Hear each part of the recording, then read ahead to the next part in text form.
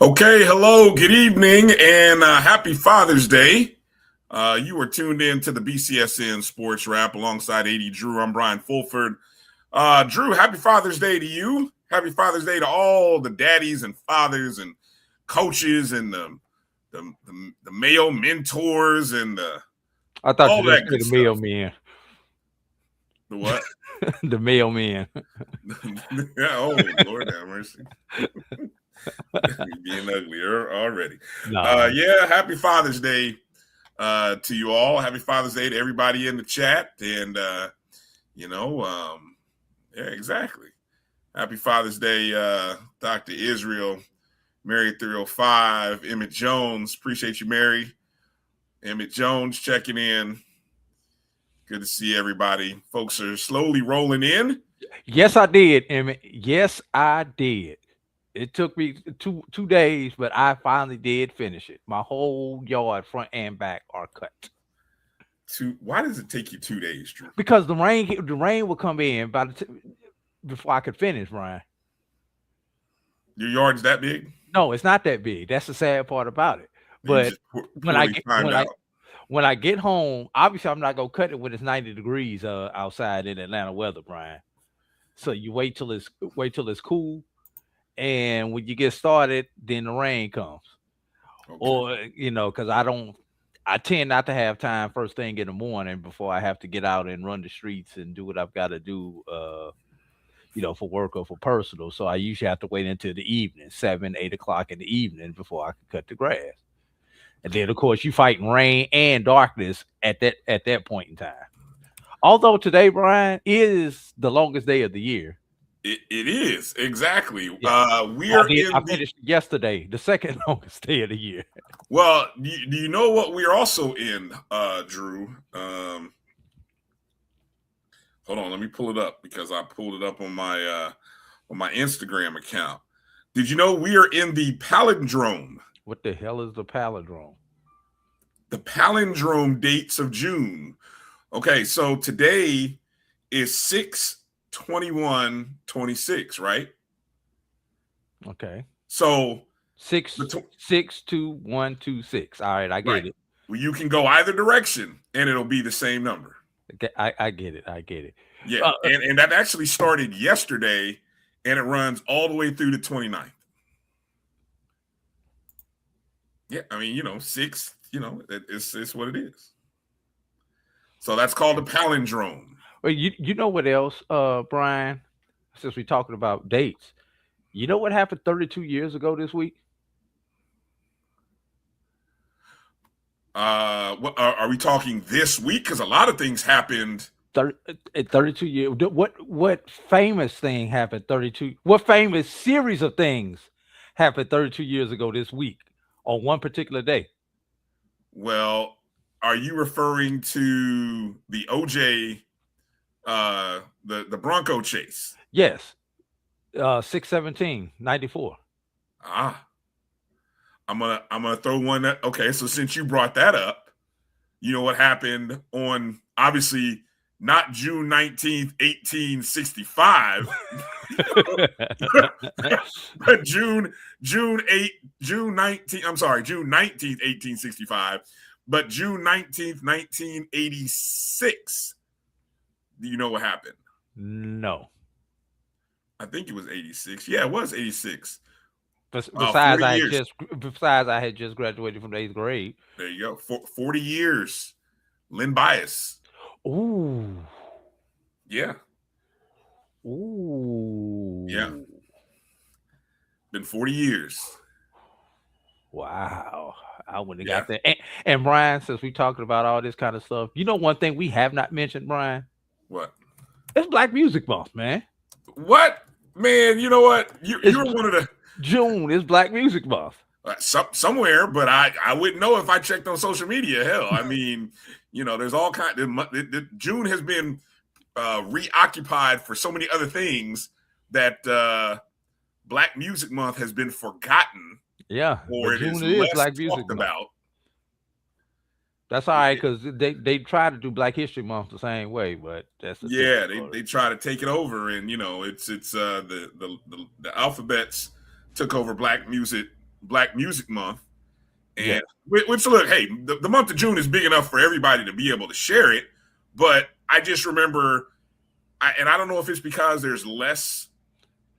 I mean, you don't have videos on BET, MTV, VH1, and all this stuff. This used to be the month for the different music award shows and all that different type of stuff. You don't see that anymore. You don't. Not during this month, at least. I saw a great post, and let me see if I saved it. It had to do with I don't know how to even go back and look here. Let me see if I know somebody had commented on it. One of my peoples. It had to do with Billboard's top R&B. Hold on. I know where it is. Instagram has so many levels to it nowadays. Oh my God! I got to remember where I you need Chat GPT to find anything on Instagram now. Okay, here it is. That's my favorite group of all time, by the way. Well, you can hear that. Okay, so that's good while that plays in the background, because Billboard staff said that the number one R&B group of all time, Drew, was the Elements. Earth, Wind, and Fire. See, I got good taste. You agree? I definitely agree, because they cover all genres. I do too. Thank you, Mary. The BET Awards show is June 28th. Okay. Good. I feel like the BET Awards needs to be like in the early part of June, maybe the middle of June, to remind people. But so here's the top 10. Now this is according to. Can I ask you a question before you go down to the top 10? Yeah. Favorite Earth, Wind, and Fire song since we know they're number one, and y'all can put it in the chat. Okay. Oh, to the group. Everybody in the chat. I got mine. My favorite Earth, Wind, and Fire song. Because I bought the. Never forget. I bought the greatest hits box set. It came in a set of 3 CDs, which it was some artwork to it, and it had like a historical thing, so I could like read the history of Earth, Wind, and Fire. Now I bought this when I was in FAM, so this was in the late 90s. So but this was Fantasy's a good one. That's mine. Reasons is my number one all time. Okay. Did you watch the documentary? Which one? The most recent documentary that Questlove created for HBO. No, I haven't seen that yet. You got to see it because he breaks down.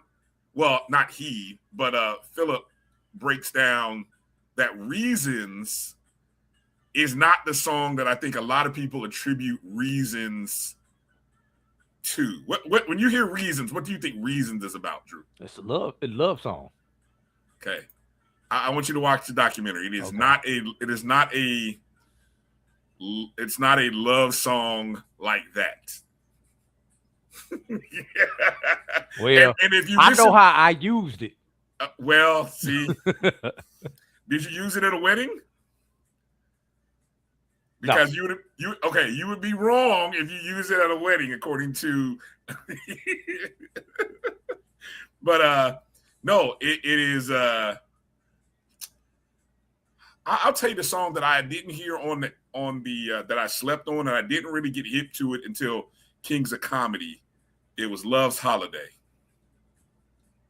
Love's Holiday that was probably originally not one of my favorite songs, but after I heard it in the Kings of Comedy, and then I went and listened to the whole song, I was like, oh my God, why was I not put on? Like, this was the song instead of Troops Spread My Wings that I should have been playing in the background when I was talking to old girl.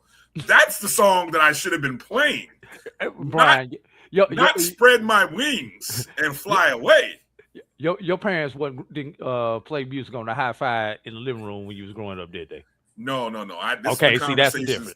This is the conversation I had to have when they weren't around. And I had the tape cassette, and I was talking in the background. I was playing. Yeah, no. But Love's Holiday, if I'd have known about Love's Holiday back then, that would have been playing in the background. Come on now. If you didn't play background music when you were talking to a girl, was it just me? Was it just me? I couldn't have been the only one. Look, man, my first Bix tape was a slow jam tape. Okay, thank you. Yes. Yes. But keep going down that top 10, man. I'm curious. Okay, here's the top 10. I already spoiled it and told you who number 1 was. But number 10, according to Billboard's 50 Best R&B Groups of All Time, number 10 is Destiny's Child. Okay. Number 9, Boyz II Men. Number 8, New Edition. Right, New Edition's 8. 8? Okay. That's 8. It? Hey, hold on, watch it. Hold on, let's see. Number 7, the Jackson 5. Again, these are 50 best R&B groups of all time, according to Billboard staff. Number 6, Parliament Funkadelic. Number 5, The Supremes. Number 4, the Isley Brothers. The Isley Brothers, number 4. Okay, here we go. 50 best R&B groups of all time. Number 3, Sly and the Family Stone. Number 2, The Temptations. And number 1, Earth, Wind, and Fire. All right. What do you think? Is there anybody that was not in the top 10 that either surprised you, or are you like, hey, where is so-and-so on this list? I see people, and it says Ohio players. My camera got turned off, and I can't get it back on right now, so I don't know what I got to do for that. But anyway, they're all deserving, Brian. Right. So sure. Can I give my own honorable mentions? Yeah, hold on. Let me tell Emmett where the Ohio players. The Ohio players, Emmett, come in at number 13. How about the Gap Band? Huh? How about the Gap Band? The Gap Band. 31. Ooh. 31. Frankie Beverly and Maze? 14. Maze featuring Frankie Beverly, 14. Okay. Let me see. The mint condition. OJ's. Number 12. Who's number 11? We done went 12, 13, 14. Who's number 11? Female group. From our era in college. SWV? Nope. The other one. In Vogue? Nope. This group ranked higher than both SWV and In Vogue. 3-woman group. 702. I'm sorry. That tickled me. 702, really, Drew? I'm trying to guess. TLC? Yes, TLC. That R&B? That would be more hip hop than R&B. No, they were R&B. Drew said 702. I don't even think 702 is on the top. No, they're not on the top 50. That's funny. I'm sorry. 702. Oh man. I mean, they had a good little run, but I don't think TLC's too high, says M Ford. Sade. Now remember, Sade. Oh, I lost Drew. He's going to log out. Sade is a group. Remember, even though the lead singer is named Sade, but Sade is a group. They come in at number 16. Let's see. I'm kind of surprised the Four Tops come in so low at number 18. But let me see. The Supremes, again, the Supremes were number 5. So I saw Israel ask where Supreme. So again, the top 10 was Earth, Wind, and Fire 1, The Temptations 2, Sly and the Family Stone 3, The Isley Brothers 4, The Supremes 5, Parliament Funkadelic 6, The Jackson 5 7, New Edition 8, Boyz II Men 9, Destiny's Child 10. I think Destiny's Child is the reach. I think No Edition needs to be higher. I do too. They're like 40 years. 40 years, yes. And that's one of the top selling, if not the top selling. Well, look, I would go so far and say they should be top 5 at least. Think about decades. If you think about decades, right? I would say I may be showing. I don't know my age here, but the Temptations. Would you say the Temptations own the what? 50s, 60s, 60s, and 70s. And the Supreme, the 70s, really? Yeah. Okay. Temptations were in the 70s. I don't know about owned it, but they were still hot in the 70s. 60s, 70s, and the 80s. The Supremes, the 60s, right? Yes. They started late 50s. Sly and the Family Stone, 70s, right? Yes.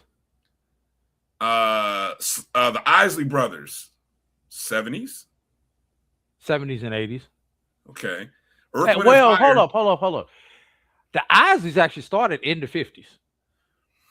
But as I'm looking at this picture that they have, this definitely guys look like they were part of the 70s. Yeah, but the Isleys brothers started like 56 or 58. Okay, but the way they're dressed, they look like the 70s. I mean, that's when they hit the highest, was in the 70s. Yeah. Yeah, I think, really seeing Boyz II Men and Destiny's Child in this recency bias. I think there's a little bit of that.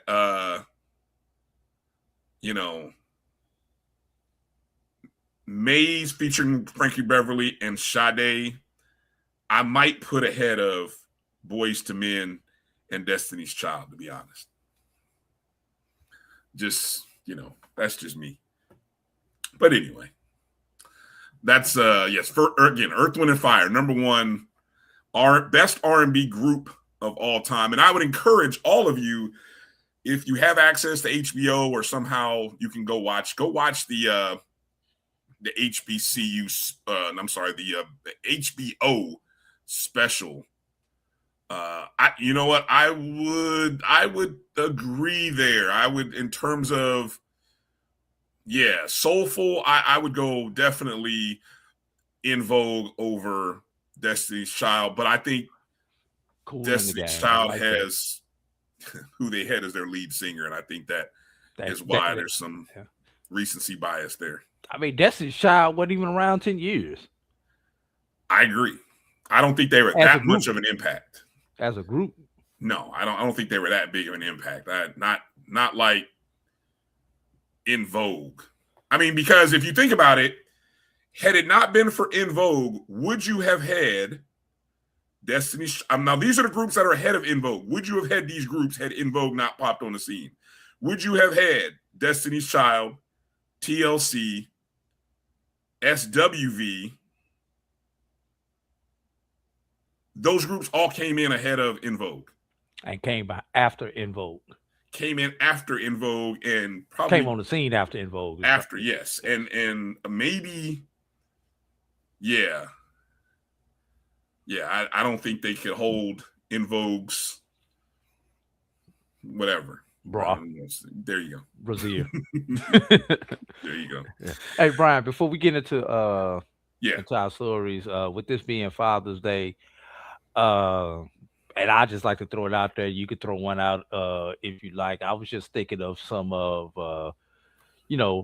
Father's Day memories that you have, either with your father or if you're a father with your children and everything. And I was just thinking of a couple of them earlier today. And I had the fortune of being in a very nuclear family, as I like to say. Both my mother and my father wound up in other relationships after I was born. So with this being Father's Day, I had a stepfather and a father. So started with my stepfather. Obviously you have to take the whole family, but at the same time, there's certain things that when you're in that stepdad role, you don't necessarily have to do. But my fondest memory of him was the day he took me to Tallahassee and dropped me off in Tallahassee. Now that might sound like a bad thing, but the fact that this child that's not his, that he helped get to school and got me along the way, money, paid for the trip, the whole 9 yards, with my mother and my brother, took me down, helped me get set up, first time freshman, there's 20 million things you got to go buy. You make the Walmart run as a freshman and everything. So just him doing all that kind of stuff. And that might be why I'm so deep into music, Brian, is because of him, since we on this subject, because he in St. Louis, he had one of the largest cover bands in St. Louis that he sang in for 30 plus years. So really? I think that's why I get my knowledge of music from, because they used to be playing music all the time as I was growing up. You know what I mean? And then with my father, and I actually, it involves my father and my son at the same time. Two of them. One, the fact that when I was coaching the AAU basketball team, my father was my assistant coach on the team that I coach with my son playing. Oh wow! So yeah, that was cool, and you might remember this one, Brian, back when the Black College World Series, the year we did it in Montgomery. Yeah. And my son was working on our crew. I think you were calling the games there. My son was on the crew, but I don't know if you remember, my dad was there in the stands as a fan. And I do remember that. Yes. Right. And of course, you know what they have to do. They gonna buy one of everything that you're selling just to support you. But at the same time, they're gonna pull you aside and tell you everything you need to be doing also. Like, I got it, Dad. I got it. We got it. Thanks for the advice. We got it. So yeah, just a couple of memories. Since it is Father's Day, it makes you go reflect. And while my father is still here, my stepfather has gone on to glory. So I'm most appreciative for all of the various sporting events that my dad took me to. And I think he always impressed upon me, because he didn't have anybody that took him to those type of events when he was growing up. So my father was very intentional about taking me to certain things. Like, fortunately, having the Indiana Pacers, we would go we would go and be able to go. This was back in the day before security got really ramped up. Like you could get there early enough that you could go walk down to the court level and watch the guys during shoot around and take pictures and maybe get an autograph or two. And then we would go like walk all the way up to the upper mezzanine. But with the $5 seats that you paid for. Right. Woo, that was a walk. Boy, but I knew pregame we got to go near the court. You can't do that today. Today, they know. Look, you say, so, where are your tickets at, son? No. You can't go out. No. You escalator over there. You don't belong down here.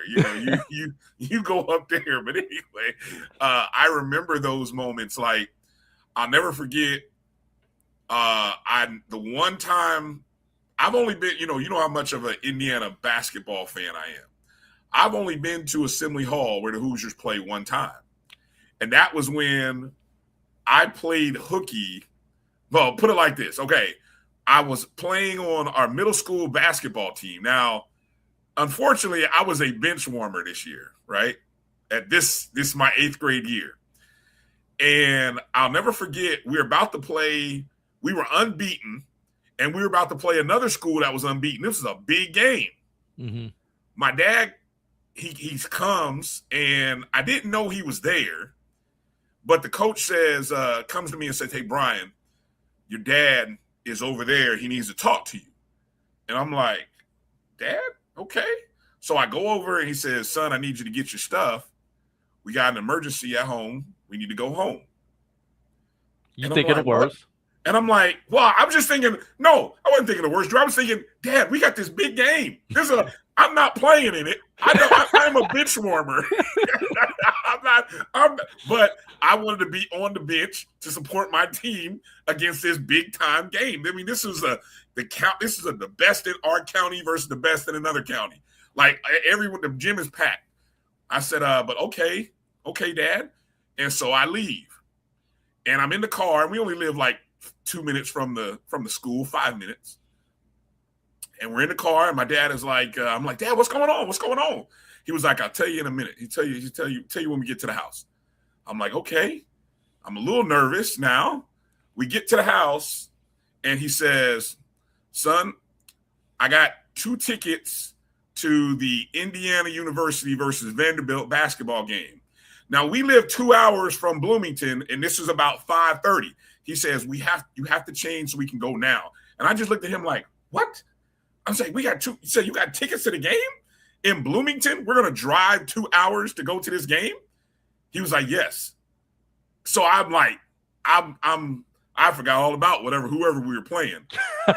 I run upstairs, go get on my little IU sweatshirt, and we're in the car. Boom. And I still have this picture to this day of me, because Dad, he was a photographer, and he took the photo of my dad and me after the game when it's kind of cleared out a little bit in the bleachers, and I'm standing there, and he gets the picture of me, and in the background you can see the 5 banners and everything in the background.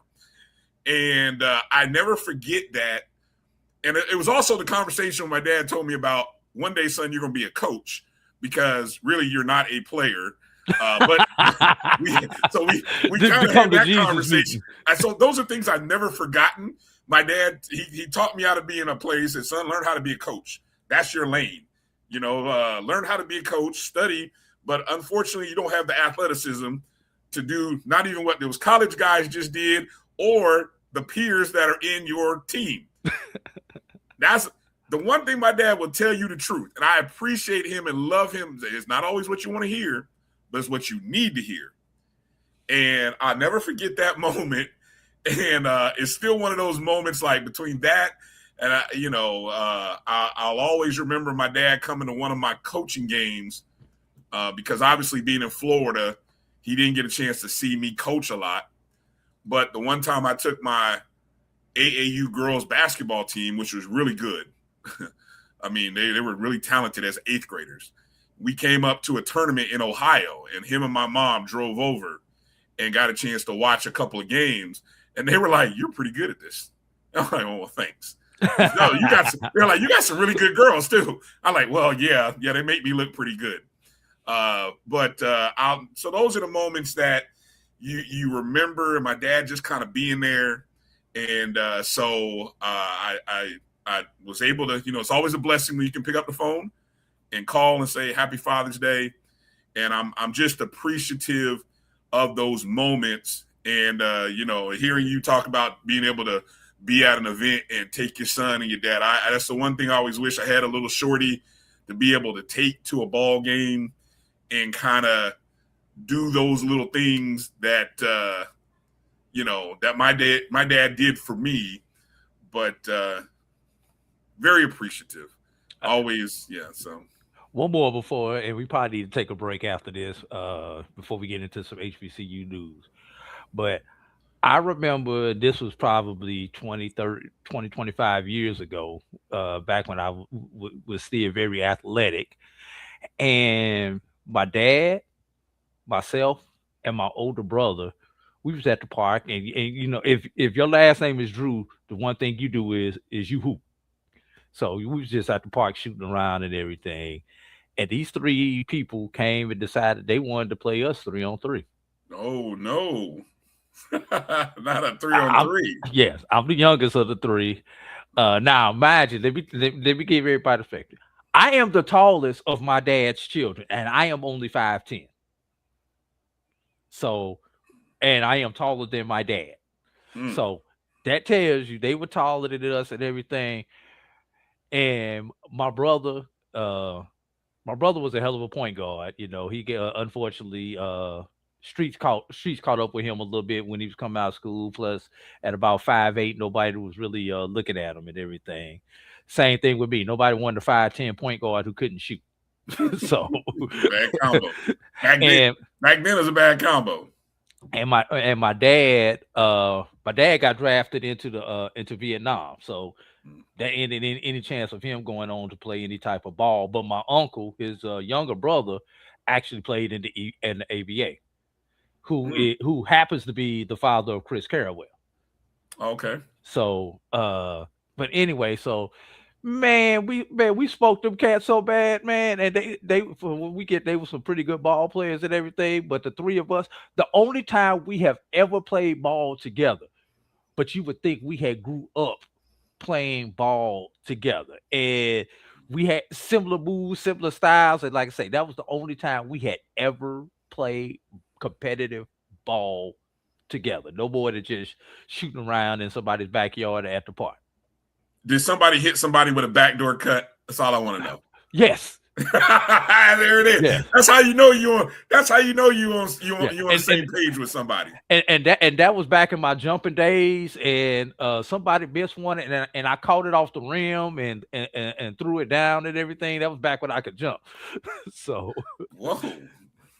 Okay, you might. Hey, look, I'm jealous already. 5'10", 5'10", and you can get up in the air like that, Drew. That's impressive. Yeah, Edwin, I could do everything on the court, but hit a jump shot outside of 15 feet. I could pass. I could lock down. I could defend. I could lock down, defend. I could do everything, but just don't put me behind the arc and expect it to go too often. You would have to be. You'd have to be finishing sprints first or second in order to get my attention. And I did. Okay, so I'd have found a place on the team for you. Nobody could stop me off the dribble. I was the one who would break down the defense and kick. Yeah, I would have found a place before that was a popular thing to do. Yeah, being like, Drew, don't worry about shooting. You do everything else well. Just understand when to pass, play defense. I was the one when they said foul him, foul number 14 coming out, so we can get. Yeah. Uh-oh. But then I would knock him down, but still. Okay. But I was the one they said foul. Oh, Jesus. All right. Yeah, there it is. Emmett said that made you a good coach. Exactly. I'm telling you, those who can't play coach, and we become pretty good at it. Exactly. Now, no, all credit to those who played and are good coaches. But sometimes those of us who could not play, we became pretty decent coaches too. And some who could really play some ball are terrible coaches. Yeah, there you go, right there. I guess it works both ways because there's some who couldn't play and they're bad coaches. So there we go. All right, let's take a break. First, it did finally talk some HBCU stuff, man. We spent a lot of time. Speaking of basketball and coaches, there's an HBCU that's making some noise this past week. We're going to find out what does it really mean to be a general manager at the collegiate basketball level. We'll find out after this break. You're watching the BCSN SportsWrap right here on the Black College Sports Network. Hang tight with us. We'll be back in just a moment. If you've ever told yourself, I want to get into real estate but don't know where to start, here's something just for you. From Friday, July 31st to Sunday, August 2nd, the Learn Real Estate Fast Masterclass is coming to McKenzie Office Park in College Park. You'll learn wholesaling, commercial investing, and how to purchase property with zero money or credit. I can tell you, education and access are everything. This masterclass is designed to give you both. Whether you're brand new or ready to level up, this is where you start making real moves. Enjoy free lunch, free study materials, and receive a certification of completion. So don't wait. Seats are filling fast. Do not sit on the sidelines while others build wealth. Take that first step toward ownership and legacy. Get your tickets now at learnrealestatefast.com or tickpick.com. For more information, call 678-859-3303. Master the market, build your legacy, secure your future today.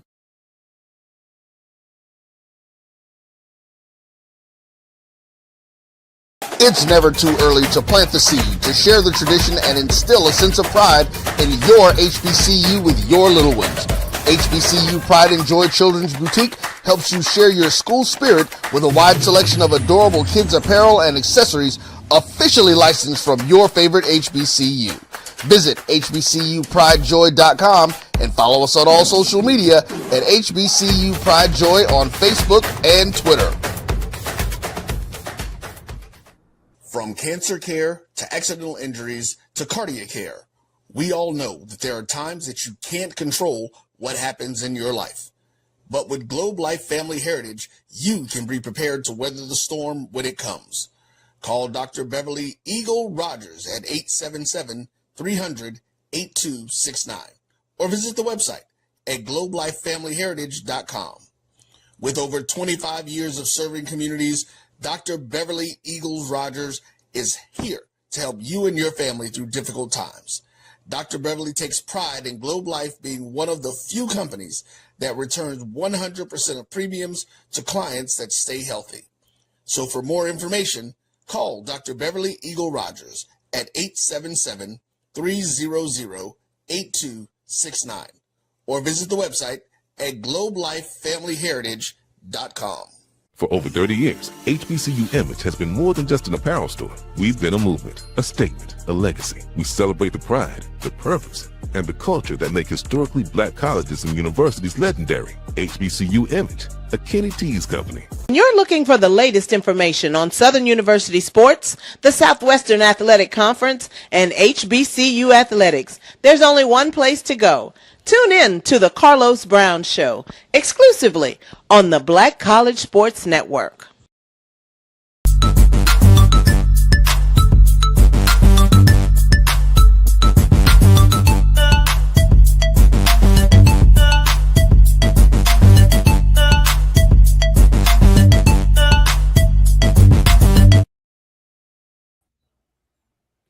Welcome back to the BCSN SportsWrap alongside A.D. Drew. I'm Brian Fulford.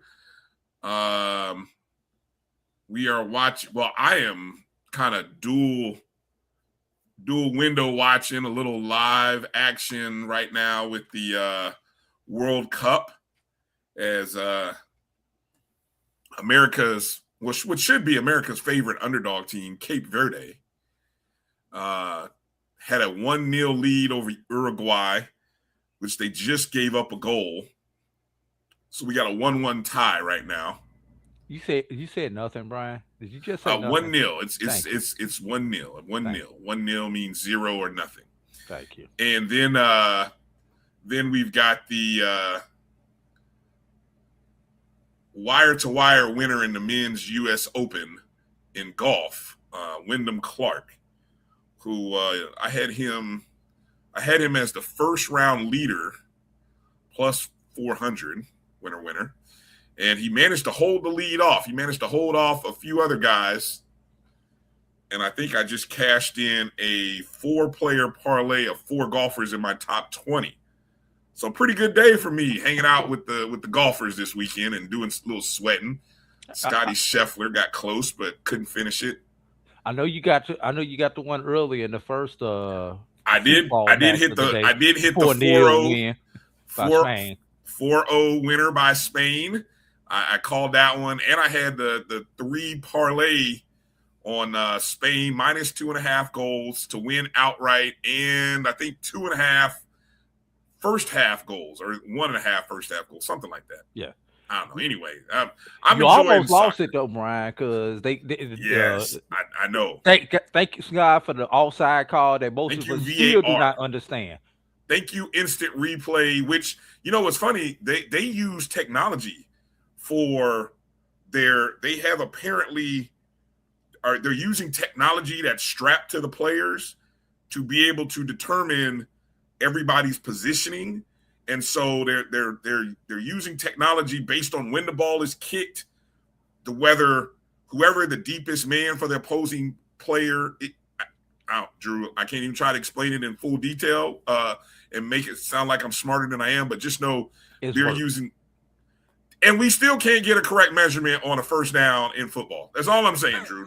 The kind of technology they're using, it's just like, wait a minute, why can't we get a correct measurement on a first down? 10 yards. I mean, really. Anyway. All right. But appreciate everybody in the chats checking in wherever and however you're watching the show on Facebook, YouTube, on Instagram Live, on Twitter. We say hello to everybody there. Feel free to be a part of the chats. Drop a comment if you would like. Of course, a lot of the comments that you see over on the side come to the folks that are on Facebook and on YouTube feed. Okay. Let's get into some of the headline news. Coming up later in the show, we're getting down to the top 10 stories of the year. We're going to stories 6 through 10. Stories 6 through 10 from the academic year, top stories of the year. We'll recap it in hour number 2. But let's kind of get into some of the headline news that have happened over the past week. And Drew, since we were just talking about basketball earlier, I thought we'd lead with this one. Jackson State University men's basketball welcome Kendrick Perkins. Big Perk, of course, of currently of ESPN, and also most famously, I don't know, would you say his most famous NBA playing years were with Oklahoma City, or was it with Boston when he won a title? He got his ring with Boston. I'm going to always lean towards the ring instead of the finals appearance that he had with OKC. Right. Perkins, I think, was part of the Thunder with Durant, Harden, and Westbrook, and Serge Ibaka, right? Yes, he was on this. Yeah, he was the 5. He was the 5. He was the with Harden coming off the bench. Yeah. Oh, was he off the? I don't even remember. Yeah, Harden was coming off the bench then. Oh, that's right. Yeah, Harden was coming off the bench. Crazy, right? Imagine having all the talent and not able to win a title. But hey, it is what it is. So yeah, Perk was named the general manager for Jackson State basketball. Reading here from Kyle Mosley's article on HBCU Legends. And it's actually a kind of first dropped by Shams Charania of ESPN. And so he will be the general manager of men's basketball operations. Ashley Robinson, the vice president and director of athletics, confirmed that Perkins' post with HBCU Legends on SI. Apparently, Perkins and head coach, will be first-year head coach Trey Johnson, have a connection through their agents. And that is sort of how the conversation began, according to the article. Reading from Robinson's quote, he says, it's a volunteer role, but he's going to come in to fundraise. And Perkins will also take a leading part in Jackson State's name, image, and likeness efforts. Robinson expects his presence to transform the program while increasing its exposure and resources. And he says that's going to be huge for us.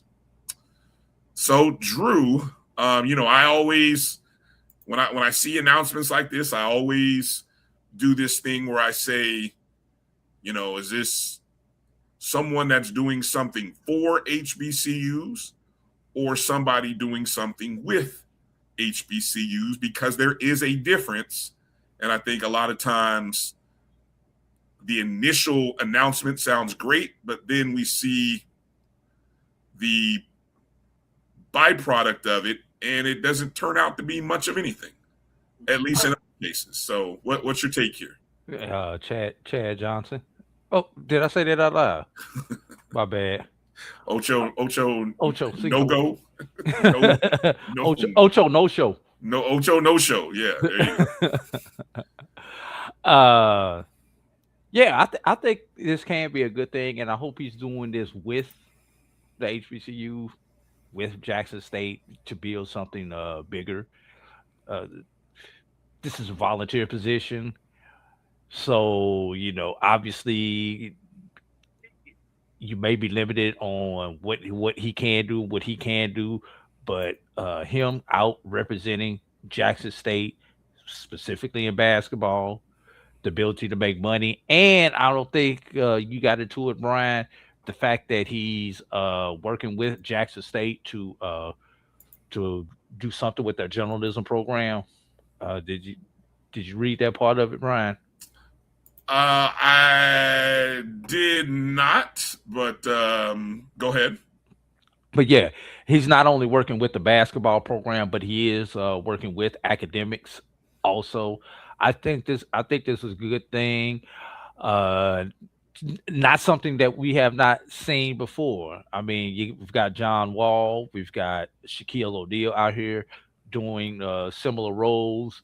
So I'm assuming this is similar to the ambassador role that we saw a lot of people doing in football, or supposed to be doing in football, where they're representing, helping raise money, helping take care of some of the holes with the team. But the NIL component, if they're able to, under the current rules, because I say under the current rules, because this thing is changing every day with these different this different legislation, but go out and help get that pool of money, so that when you have a student athlete that you want to come to your school and he say, I need X, we actually have the pool of money so that we can make the decision, not say, hey, this is all we got. So I think it can be a good thing. It's an interesting story arc for Perkins, and for Jackson State to lean on Perkins. I mean, I would say you just come out of having Mo Williams as your head coach. And I would say on the spectrum,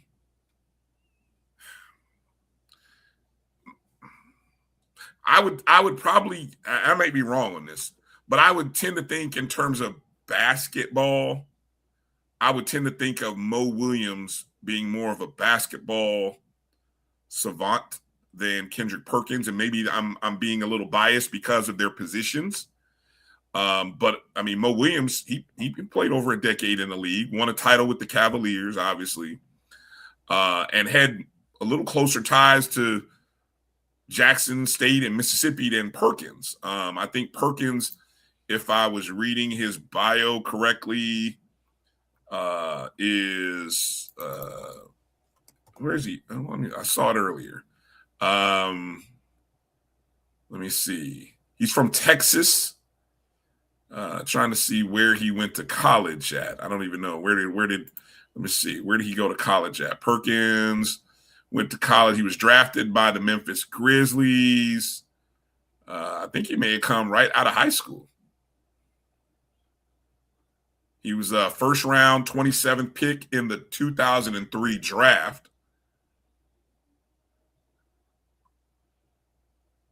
He was a member of the McDonald's All-American game. He was considered a 5-star, listed as number 3 center back in the day. So, yeah, I don't think he actually played in college. Looks like, according to the bio here, he came right out of high school. So he was one of those ones that he came right out of high school. So interesting, a little background that I didn't even, or I would say I even forgot about. Originally, he was drafted by the Memphis Grizzlies back in 2003. So, yeah, put some respect on Perkins' name. But it's interesting you brought up Shaquille O'Neal, because I know for as much certainty as I could have that Shaquille O'Neal was this close to being a part of the FAMU general manager legacy thing with Coach Pat Crary, who's now at Grambling State, just finished his first year there. Obviously, in Crary's first year at FAMU, Shaquille's son was a part of the roster, and he was just getting him warmed up to be the general manager the next season. And then all the BS about the contract and stuff was going on, and it fell apart. And then what did you see? You saw his son transfer to Sacramento State, where Mike Bibby was the head coach, and then Shaq become the general manager over there with them. But, Kendrick's into this role. It kind of comes on the heels of, you heard John Wall becoming the president of basketball operations for Howard University. Steph Curry is an assistant general manager at his alma mater, Davidson. Trae Young, also in a similar role at his alma mater, Oklahoma. So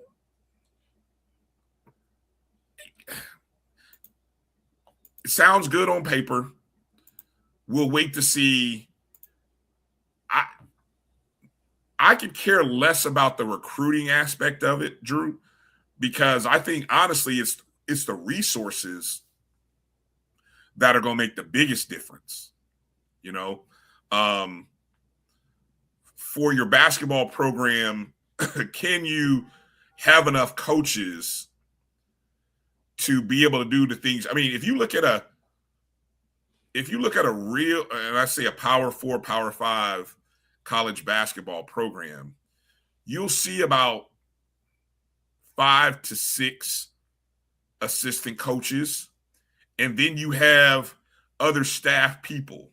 You do have an analytics person. You do have a Dobo. You do have all these other staff people, but Dobo, director of for the common basketball. man, I know who you're talking about. Right, director of basketball operations, which is the person who does a lot of the scheduling and planning. But you have a basketball office, somebody who's answering the phone. It's just somebody who's coordinating schedules. All of those things that when you're at some of our HBCUs, you only have 3 guys. You don't have a player development person. Yeah, / assistant coach / player development / head recruiter. So it's like, if Kendrick Perkins brings in the kind of connections and resources that allows the Jackson State staff to increase, which allows them to do more for the players, then it turns out to be a win-win. And also, you know what that requires? It requires university buy-in. So Ashley Robinson has a great connection or feel with his university. And so when you have the university and the athletic department working together and understanding the importance of the symbiotic nature of how athletics can help the university, and how the university takes care of the student athletes just like they do all of the other students on campus, great things happen. So, it's not unrealistic to think that Jackson State, if they do right, if Howard, if it's done right, can become the next Gonzaga. And I use Gonzaga because Gonzaga started in a mid-major program, conference. They still were up until next year when they move into the Pac-12, right? They came out of the WAC and they cut their teeth on playing all the top talent. Think about this. Who does this sound like, Drew? Play all the Power 5 programs in the non-conference and then play a lower-rated regular season that unfortunately, doesn't always get you ready for the tournament, but you'll make a good run. But I can't trust them to really go win the title because they spent 3 months playing sub-level, let me rephrase it, non-Power 4, Power 5 teams. It sounds like an HBCU, doesn't it? Except Gonzaga was going out and playing those P4s or those power conferences and winning those games. Well, they were winning them because they had recruited the talent, and maybe they had a better infrastructure. And so if everybody, if Jackson State, if Howard, and whomever else, it's the same thing I remember hearing, baseball coach, friend of the program, Johnny Hernandez, tell me about Bethune-Cookman baseball. He's trying to build a program to do what you saw Troy do in the College World Series this year, what he saw Murray State, I think it was Murray State, do a few years back, right? It's possible. It can be done. Gonzaga is a great model, but you got to have university buy-in, the HBCU university buy-in, which unfortunately some schools don't have.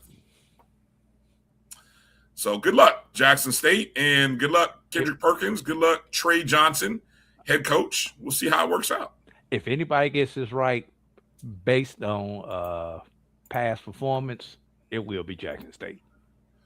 You think Jackson State will get it right? I'm just saying, based on what Ashley Robinson's track record and what he has done so far, if anybody's go get it close to being right, the trend tends to lean towards Jackson State getting it more right than this thing blowing up in their face. Okay. That's fair.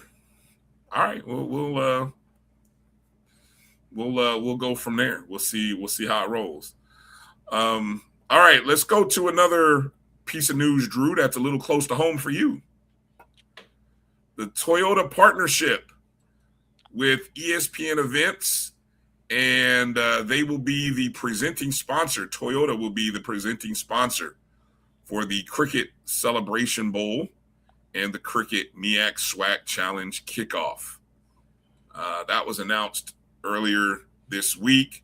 Toyota signed a 3-year agreement with ESPN Events to be the presenting sponsor for the Week 0 contest known as the Cricket MEAC SWAC Challenge kickoff. Now, what's the official saying, Drew? Because it's presented by Toyota. Presented by Toyota, as well as the Cricket Celebration Bowl, presented by Toyota. And they will also become a sponsor of the Red Lobster Band of the Year competition. No name added. And I think that I also read that the halftime show. The Toyota halftime show. So. And the Champion Circle. Let me get that one right, because there's a portion of the Champion Circle that they presenting sponsor of the Champion Circle, presented by Toyota. Yes. Which, if you're not familiar with, that is the three that is the winning coach, the red jacket that the winning coaches wear. So yes, and Celebration Bowl Hall of Famers also inaugurated in that one. Let's see. Reading from an article here, also on HBCU Legends, Toyota framed the commitment as this 3-year agreement allows us to build a meaningful presence across the HBCU football season, from the Cricket MEAC SWAC Challenge kickoff to the Cricket Celebration Bowl while recognizing the culture, leadership, and excellence that define Black college sports. That is from Andrew George, the Senior Analyst of Community-Based Marketing at Toyota. John Grant says Toyota's investment in these properties represents more than a sponsorship. It is an investment in the institutions, traditions, and communities that make HBCU athletics so powerful. Well, Drew, anything you want to add? It's pretty big. It's humongous, Brian. Yeah. When you think about with all the competition that you have, let's just start off with the week 0. All the competition on week 0, and you've got an entity as large as Toyota who wants to attach their name to this. That ought to tell you something about the value of the Cricket MEAC SWAC Challenge kickoff presented by Toyota has in week 0.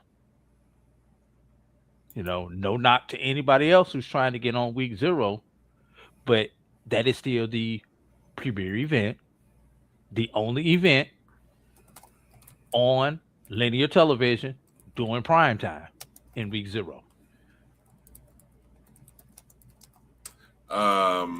Yeah, no, I mean,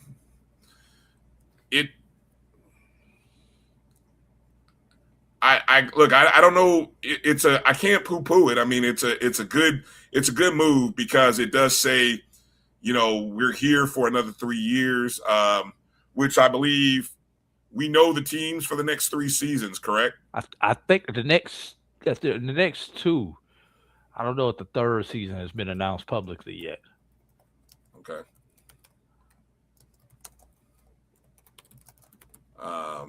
But no, it's a good thing. Congratulations to Mr. Grant, everyone at ESPN events.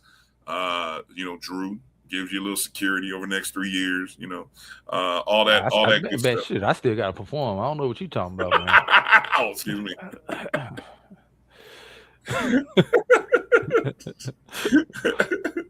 Well, hey, I'm on a multiple 1-day contract. Okay, well, yeah, that's tough, but okay, good stuff though. So we look forward to seeing. I think it'll be interesting to see. Again, I know a couple people mentioned that Mr. Grant he's done some interviews with Perry White and then a few other people recently. And I think he's scheduled to be on Doc's show one day this upcoming week. Okay. Either Tuesday or Thursday. And if you want a breakdown of what Doc, Charles, and myself thought about it, especially when we get into the marketing genius of this agreement, go back and listen to Thursday's Dr. Gaville's Inside the HBCU Sports Lab. We really took a deep dive for 2 segments into this from a couple of different angles. Good deal. You can find that episode on the BCSN Pod Zone. Everywhere that you have podcast, that's BCSN Pod Zone, Spotify, Amazon Music, iHeartRadio, Apple Podcast, so on and so forth. Go check that out. I see some folks in the chats are not as sold on it as others, but we got to wait and see. I don't know if you'll see any real physical. I don't know if you'll really see any physical changes. New logo. Okay. And Dr. Carey, I know the teams. I just don't want to say anything because I want to make sure that I don't put anything out there that is not public information. You may be right. The next 3 years may be out there. I'm just not 100% sure of it, so I'm going to make sure I keep my mouth closed just in case they are. Well, Israel, if you want to put it, Doctor, if you want to put it in there, please go ahead and put it in there. I will say from Dr. Israel Carey, he says the next 3 years are. I would like to know because I'm not going to put Drew on the line, but if you think you go ahead and put it out there. I'd love to hear it. I'd love to know who it will be. So there you go. Coach Green asked a good question. Does it add more money to the pot for the Celebration Bowl? What it does for not only the kickoff and the Celebration Bowl is it brings stability to it, and it shows people that these games are going to be here. And if you know anything about these type of marketing deals, anybody, once you get one person on board, that's when the dominoes start to fall and other people start jumping on board with it. Mm-hmm. Which, going back to Coach Green's question, ultimately that's what the long-term goal of all of these sponsorships and marketing agreements are, is to not only money but increase the fan experience and the student athlete experience surrounding these events. And that's just not with the ESPN events, but anybody who's putting on these type of events. That's why you're going out and raising the money and signing these type of agreements. There we go. Good stuff. Can we move to another story that came out this past week? Yeah, you piloted in the ship, so I'm just following your lead. What does it say? I would like to see a Celebration Bowl rematch from the X-Wax Challenge. I don't know. So what do you want? You want to see what? You want to see Prairie View and South Carolina State to kick off the season? Where's the fun in that? Where's the fun in that? Because I want to see them again in December. It's hard that you can't replicate that because obviously players don't, you don't have the same returning players. I mean, true, the coaches remain the same, the names of the universities, the fan bases, but the true element of what made that game special, the players, they aren't the same. They aren't the same. So I mean, it was a one moment in time thing. I agree, Drew. Now, if you get a repeat in December, I like A&T and Alcorn for a couple of years in a row there. That was special because there's some work to get back. I always say, and I think what I've learned, the one thing I will say I've learned about sports, and as you get older, you appreciate. And look, if those of you who are Knicks fans didn't get this, appreciate the moment, but don't get caught up in talking about next year and dynasties, and because it is hard, and it does take a little bit of luck. And yes, you can make your own luck, but when they say preparation meets opportunity, sometimes that is the luck. I mean, it is hard to win a title, and it's hard to get through a whole season and win a Celebration Bowl. So celebrate the moment when you got it for as long as you can, and then let it go. Yeah, let it go. I will say this, Brian. Having been with a couple of championship teams, going back to my coaching days, one thing I always believed of, like you say, celebrate the moment. I would wear that ring up until the next season started. Oh yeah. Once the season started, practice first day of the new season, I put that ring up. Yeah. New team, new season. That's memories. Exactly. I mean, it's over. It's good to look at on a shelf, or for others to look at, but that's it. Exactly. It's the reward. It's the reward for all the work that was done. It's a conversation piece for everybody else. Yeah, exactly. Yeah. Exactly. Okay.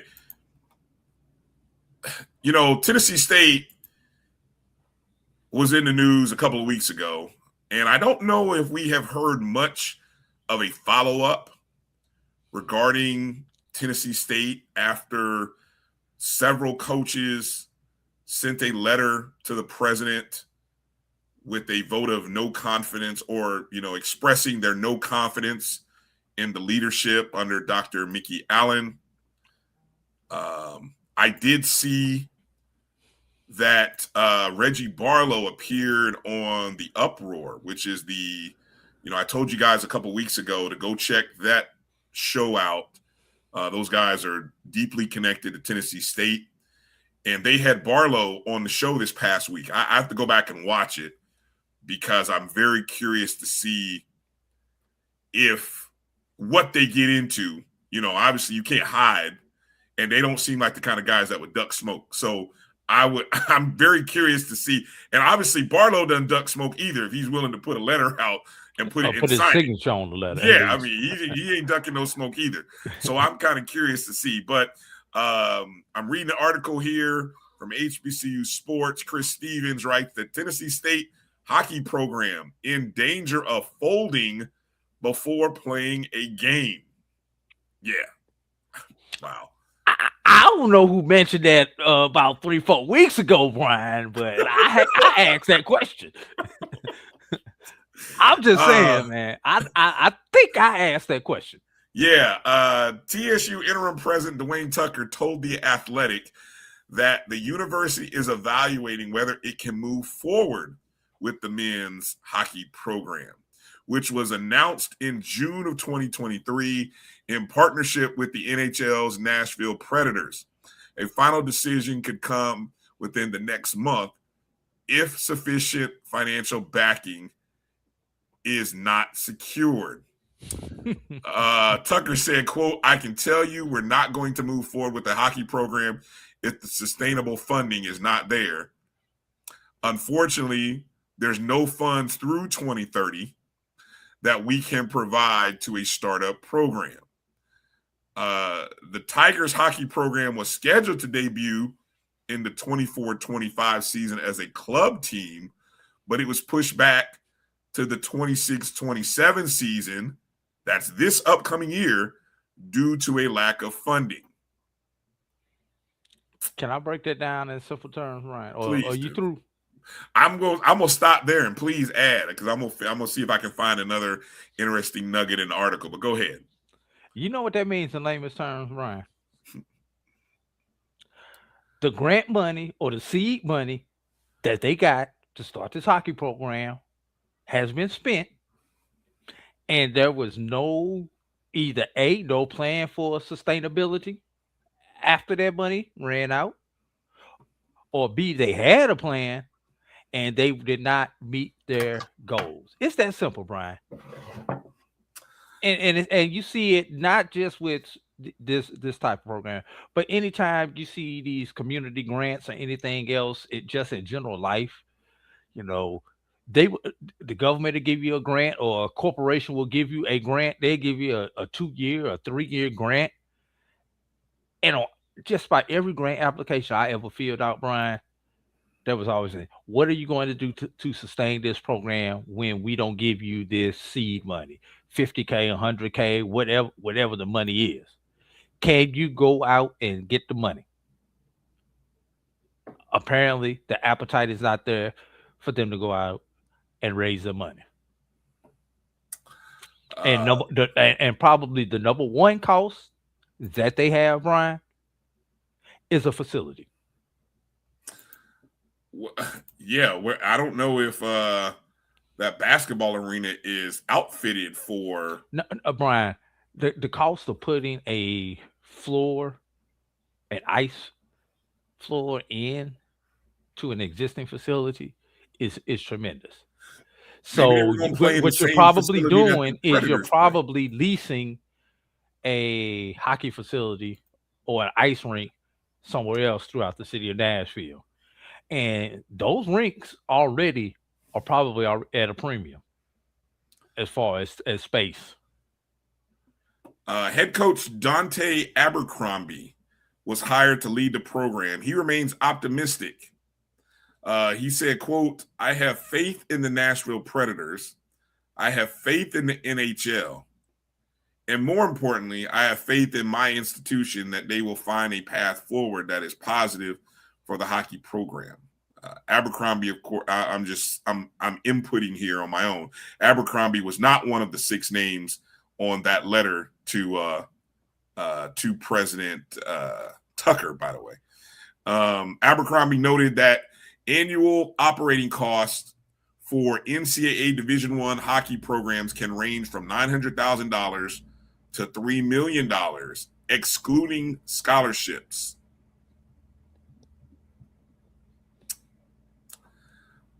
President Tucker said that the university needs. Now, catch this, and tell me where you think this is going. He said the university needs funding commitments that would cover operational expenses and scholarships for at least 5 years to ensure the program's long-term viability. He also said the university's priorities include addressing aging residence halls and renovating Hale Stadium. Tennessee State will soon launch a 2-year, $100 million fundraising campaign to pay for those improvements. It sounds like Tennessee State. Oh, and yeah, and then there's something about that letter with their ADs. And Tennessee State got a lot of things going on, and I think hockey is like the last thing on the radar. I mean, if I'm Tennessee State alum, and you asking me to give money to a residence hall, Hale Stadium, or a hockey program that does not exist, I know which one I'm putting in the number 3 position. You better not come ask. Look, from what I've heard from Tennessee State folk, you better not come asking these folks for money for hockey when you got football, basketball. I get money to restart the baseball program before I get money to start the hockey program. Man, look. And Emmett, we did talk about that, and that was not Tougaloo, that was Talladega gymnastics program. Well, Talladega and Fisk.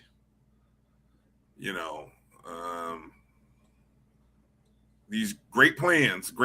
They sound great, but you better have a real sense of community, not only community, but your alumni buy-in. Like, you would need to have come to the table with the fifth. I mean, you're basically talking like $15 million.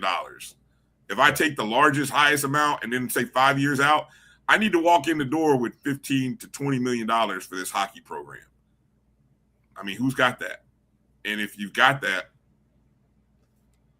but once again, why weren't you using it for other programs? That's my thing. It's going to be tough, which goes back to the root of that letter. Yeah.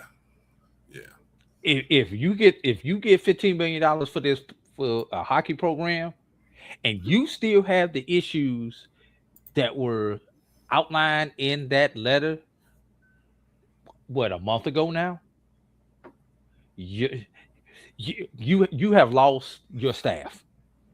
It's that simple. You will lose your staff. Yeah, you really will. All right, Drew, let's get ready to take another break. When we come back, we're going to mention and go through the top stories 6 through 10 of the year. And also, Drew and I are going to do a draft. Drew, did you know the NBA draft is on Tuesday? The NBA draft is coming up on Tuesday. It'd be an interesting draft, but there is an article that came out on HBCU Sports, and they asked the question, who are the 10 best Division I HBCU head coaches? And I said, you know what, Drew, let's do a draft. Let's draft top 5 coaches for each of us and then kind of store it away and see what it looks like at the end of the year. And let's see who comes up, whose coach gets them the most wins. I got my coin so we can flip. You got your coins? Yeah. Because when we do this draft, there's heads. Yep. There's tails. All right. So when we do the draft, we definitely have to do so we'll do snake order. We'll do 1, 2, 2, 1, 1, 2. So that means if you start with the first pick, second person gets 2 picks in a row, and then we'll do it like that. All right. Yeah. Just got a heads up there. Thanks in the chat to Blue Jacket. Cape Verde with the equalizer. Deuce. In the the goalie got caught coming up a little too early. Came up way too high. Is it a VAR review? Or is that goal going to last? Man, you could have got Cape Verde to win at plus 1,200 going into the match. I wanted it so bad. Now, live action, Cape Verde is plus 850. And the only reason because I heard some people talk about how wishy-washy Uruguay was. So now I'm looking at a live Cape Verde plus 850 to win.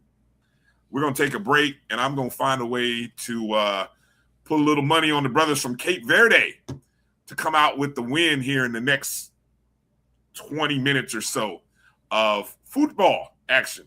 The live World Cup happening right now. So, yeah. We'll be back right on the other side of this break. You're watching the BCSN SportsWrap right here on the Black College Sports Network. We'll be back in just a moment. From cancer care to accidental injuries to cardiac care, we all know that there are times that you can't control what happens in your life. But with Globe Life Family Heritage, you can be prepared to weather the storm when it comes.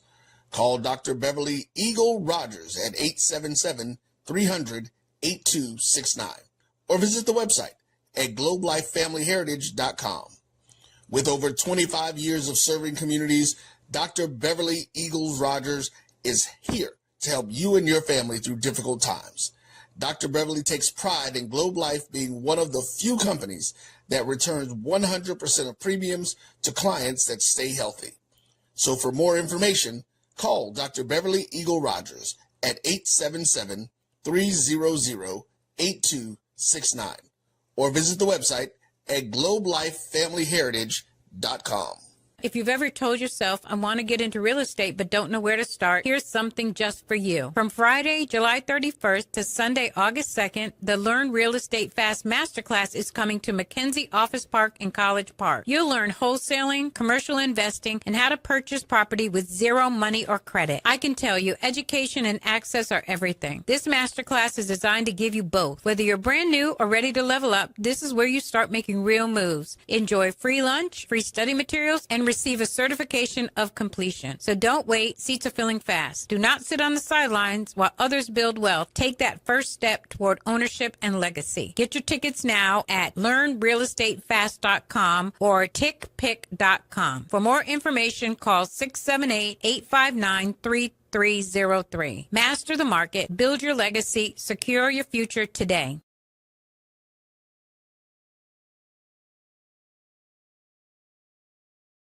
For over 30 years, HBCU Image has been more than just an apparel store. We've been a movement, a statement, a legacy. We celebrate the pride, the purpose, and the culture that make historically black colleges and universities legendary. Whether you're a student or a lifelong supporter, our gear lets you wear your HBCU story with confidence and style. Because when you wear HBCU Image, you're not just wearing clothes. You're wearing culture. You're wearing pride. You're wearing purpose. HBCU. This is Brian Fulford. A.D. Drew and I are co-hosts of the BCSN SportsWrap. We talk about all things related to HBCU athletics. From the games, teams, coaches, and fan interest stories, we cover it all. You can find our shows on Facebook at BCSN SportsWrap, YouTube at MyJBN Online, and everywhere you listen to podcasts like Anchor, Spotify, Google, and Apple Podcasts. You can also find the show on the Jericho Broadcast Network's app. Make sure to download. We look forward to you joining the conversation and being a part of the show.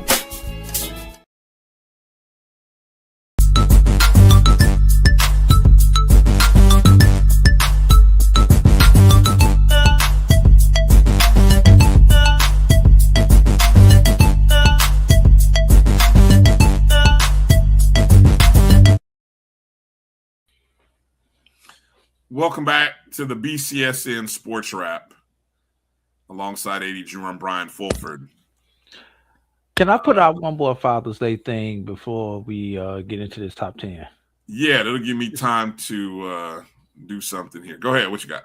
I was just thinking, Father's Day sucks with the gift that you get as a father. If you even get a gift. Brian, when you think about it, the 3 holidays that men tend to get gifts with families. Christmas, you get draws. Your birthday, you get socks. And for Father's Day, you get a tie. Or something along those lines. But, and let me not come home with a bouquet of roses for Mother's Day. 2 bouquets of roses. One for my mother, one for my wife.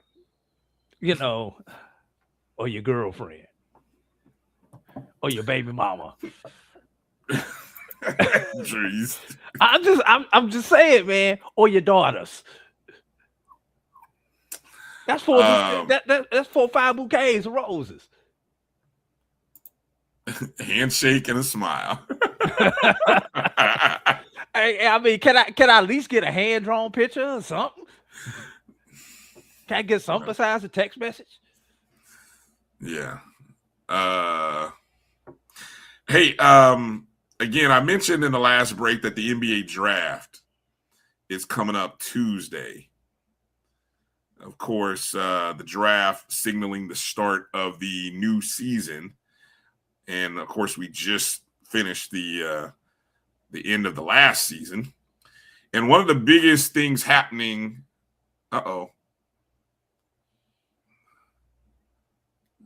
anyway, might be an Uruguay goal. Nope, they're going to say offsides. All right, good.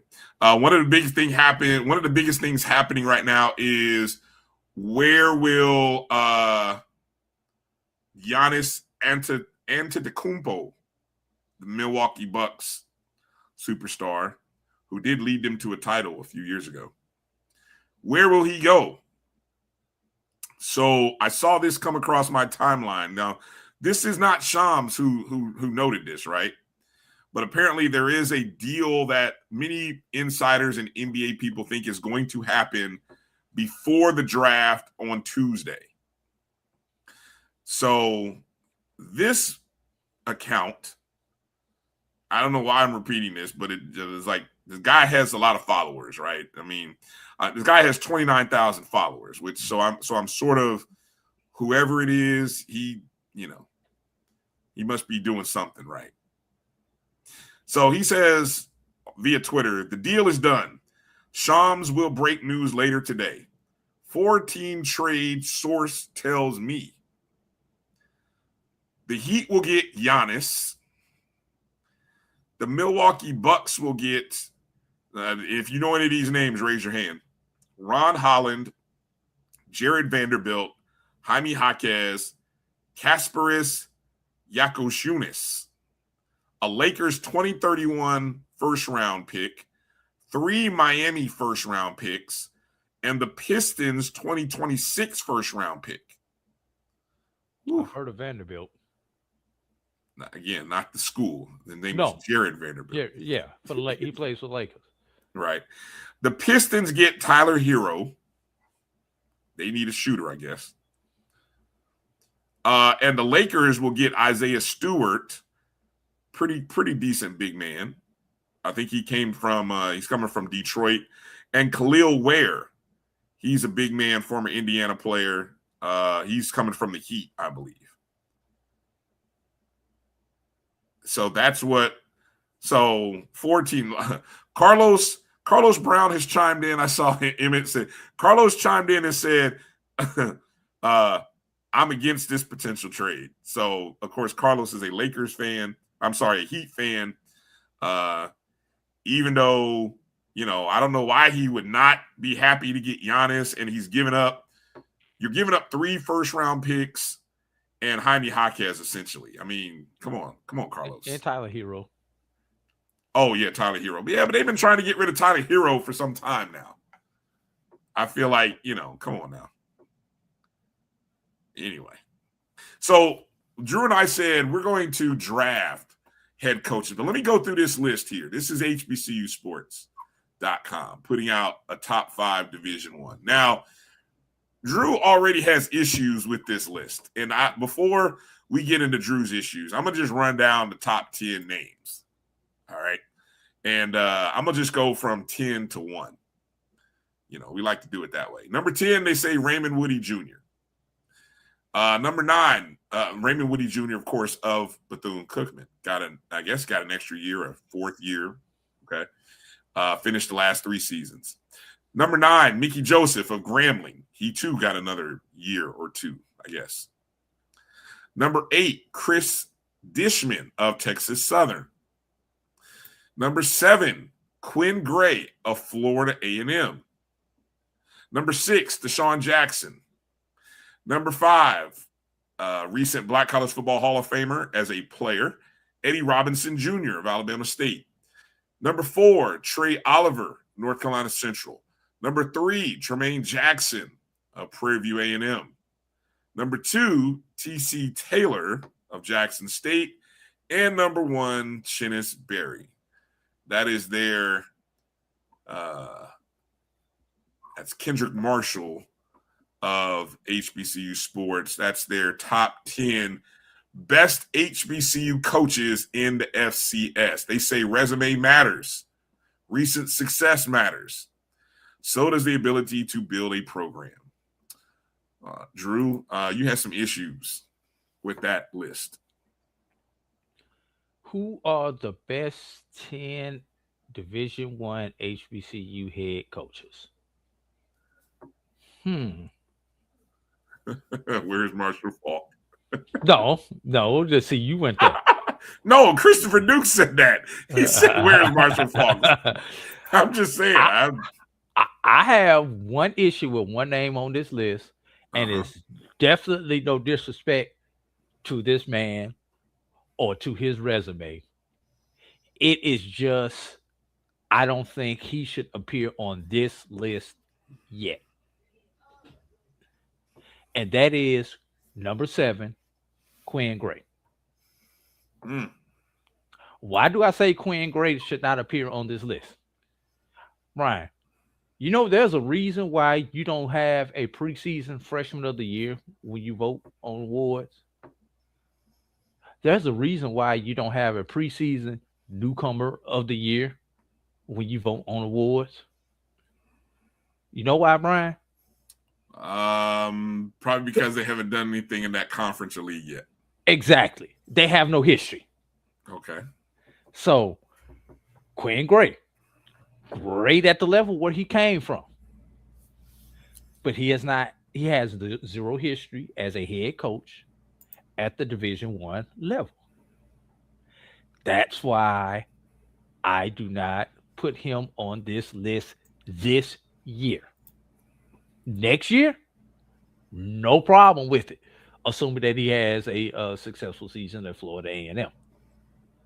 But this year, he cannot be on this preseason list when he has yet to coach a game on the Division I level.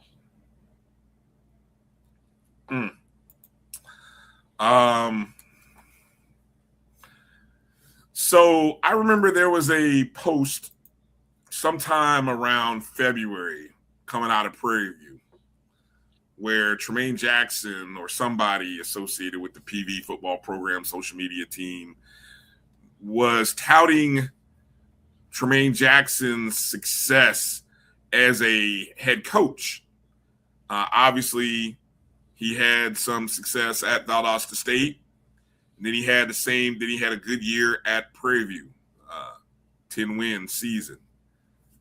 And combined, I think if you combined his wins as a head coach, I think the post indicated he might have the most wins of any HBCU coach in the SWAC. I think that's where the post. Don't jump on me, folks, about that. I know T.C. Taylor's out there, and I know, but I think that might have been where the post was going.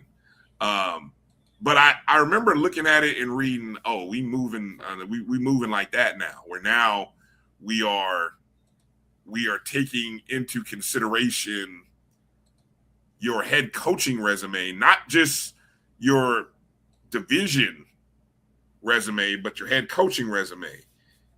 And I I don't know, Drew doesn't want to give it credit, but when I look at some of the other names on this list, Drew,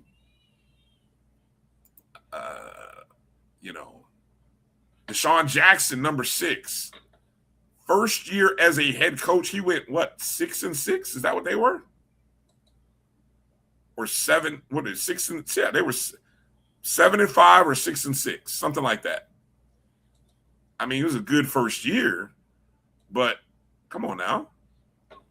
Quinn Gray does it mean anything that he just went 12-2? Delaware State was 8-3. Okay, my bad.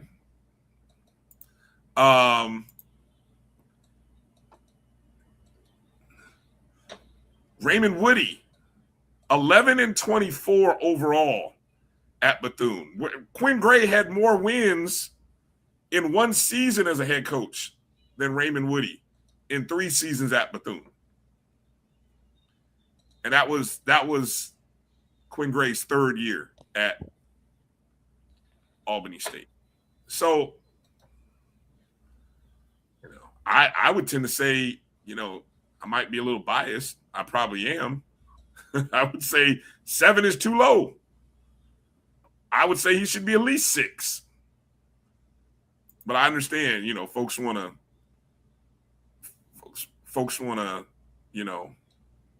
give Deshaun Jackson a lot of love and credit.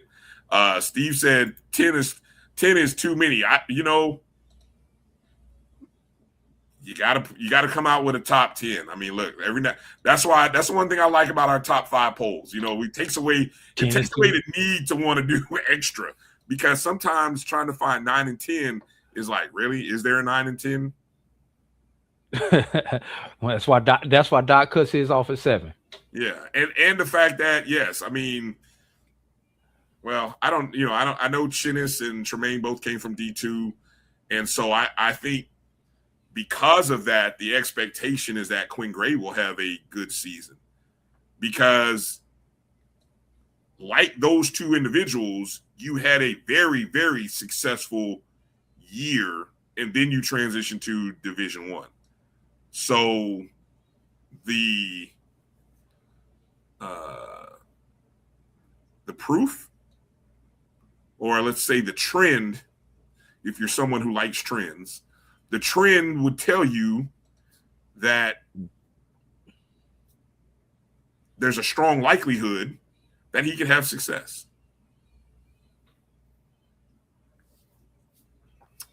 But okay. But we're gonna do a top 5 here. So let's do that. Let's flip the coin, Drew, and then we'll announce the top 5 or the next 5 stories. By the way, at 3 stops, Colorado Mesa, Valdosta State, and Prairie View A&M, Tremaine Jackson is 50-16 for a 7.58 winning percentage. What was the other school? Colorado Mesa. What was that? Both of those were D2s. Colorado Mesa, Valdosta State were D2. Okay.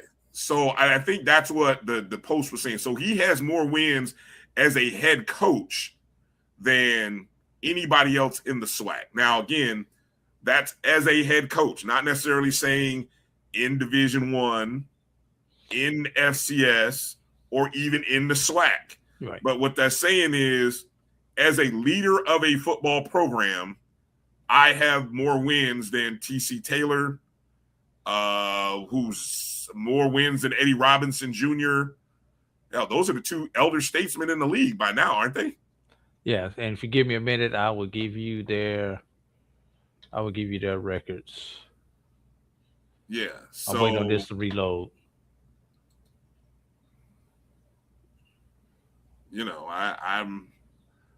I'm fascinated by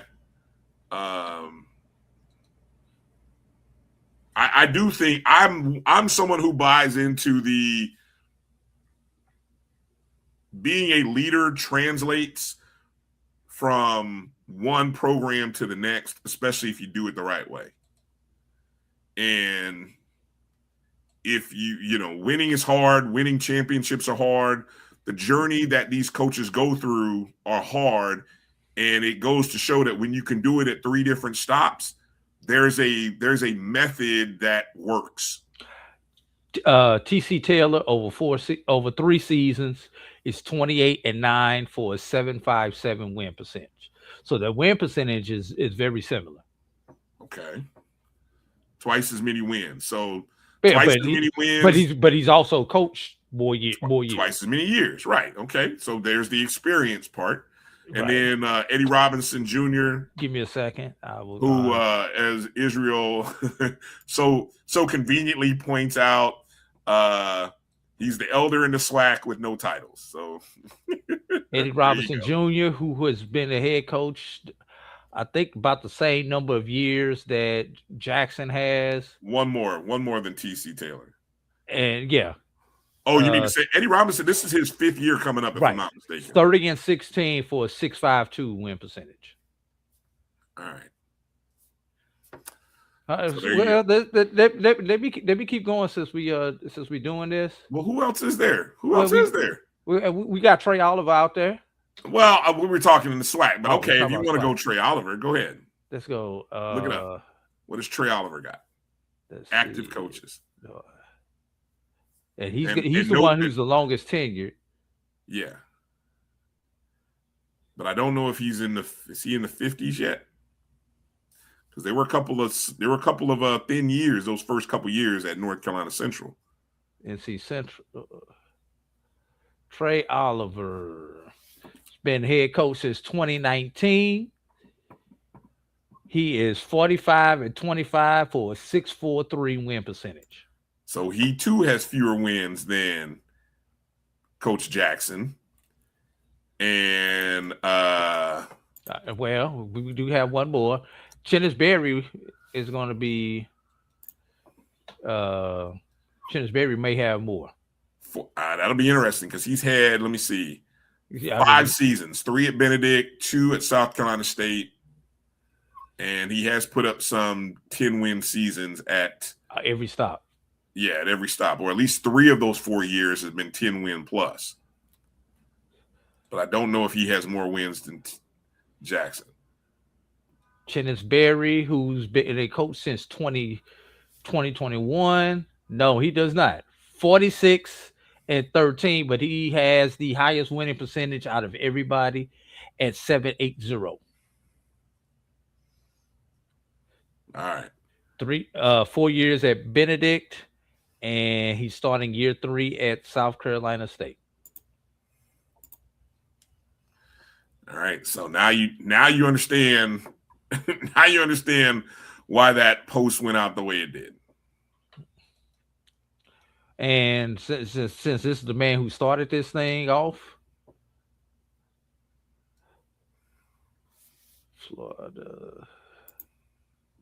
Florida A&M, let's see. Quinn Gray starting he's had 3 seasons at Albany State, all those previously at Albany State, 24-11 for a 6.86 win percentage. While you're there, do a quick little look up for Dr. Alvin Parker. Ooh, that's a good one. Virginia Union. All right. And let me see. Who's the other coach? Dr. Henry Frazier. Henry Frazier, and don't forget Fayetteville State also. Oh yeah, Fayetteville State's coach. Virginia Union. But see, now we start getting into Division II, and I think that's why I think when you start, I want to keep this into the world of Division I. Man, when you draft the best out of everybody. Wait a minute. Okay, so see, that's what we need to decide. Are we drafting either division, or are we sticking to Division I? Look, when they go to the NFL draft, even though they don't draft us, we don't say they can't draft from Division II or FCS. Dr. Alvin Parker, head coach since 2018, 59-20. 7.47 winning percentage. Okay. see. But all his years have come at Union. Division II Virginia Union. Every year at Union, they be pull up Dr. Frazier.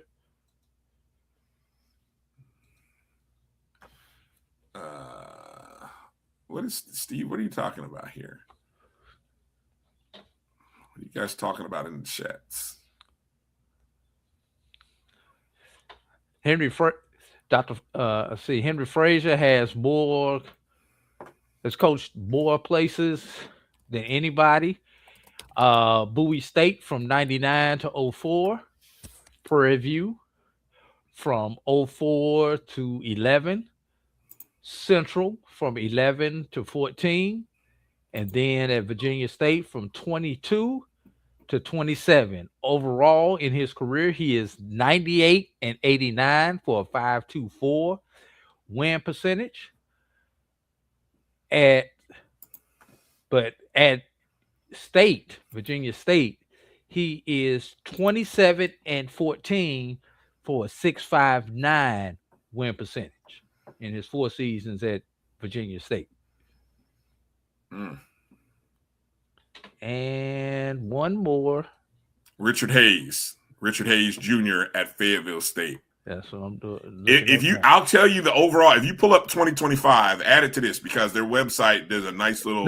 No, I'm pulling straight from the NCAA. Excuse me. Okay. Yeah, I'm going straight to the NCAA for the official records. Okay, we're gonna have to. I'm gonna once we get the parameters here. We may have to table this for a week. We're drafting next week, Drew. I'm telling you now. When we announce the top 5, we're drafting. We're just setting the parameters here on this week's show. Hayes he's the most senior coach at one institution that we have. He's been at Fayetteville since 2016. He is 59 and 34 for a 6.34 winning percentage. All right. Okay, so the parameters for next week. We are drafting 5 HBCU football coaches. All levels. Drew says all levels, so all levels it'll be. Okay, fine. All levels. I don't think we should be drafting under 500 coaches like we have on their current list. See, that's why I was wanting it to be challenging, because if we would have left that, I'm like, who's drafting Raymond Woody? Who's drafting Chris Dishman? Who's drafting Mickey Joseph? Anyway, so we need to include NAIA and Division II in here. Lord have mercy. And they have to be a current head coach. Yes, current coach this season. For the upcoming 26 season. Okay, so top 5. We're gonna pick 5 coaches. Richard Hayes has only had 1 season under 500. Yeah, in his career. All right. No, I take that back. He had 2 his first season. Also, let's flip the coin. Let's figure out how we're gonna do this. Them boys has a suggestion.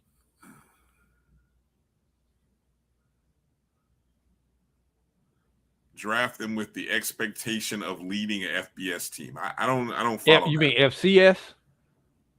Yes, he probably meant FCS. Yeah. But I mean, the record that is going to count, I'm not doing it. That's Drew that's minimizing.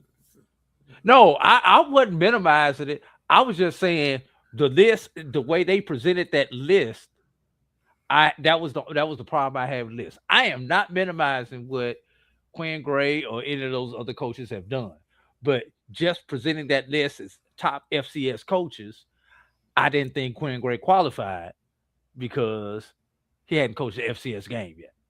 That's all I was saying with that list. Okay. There's nothing against Quinn Gray. Quinn's a fellow Rattler. Had many conversations. I wouldn't call us best friends, but we are. It's respect between us. Okay. All right. Fair enough. All right. So let's go, Drew. Let's flip the coin. Let's go. This is what I'm gonna do since I can't quite flip and get it on camera, Brian. I'm going to spin this coin on my desk and see where it lands. Hold on. All I want to say is, if you are not on FS1 watching the end of Cape Verde, Uruguay, you are missing some. Now look, I don't know if that's flop. Who just said they're flopping? Somebody in the chat said the flopping is epic. Blue Jacket. I don't know if it's flopping or guys are just beating the S out of each other right now. But I mean, it is bodies hitting the ground.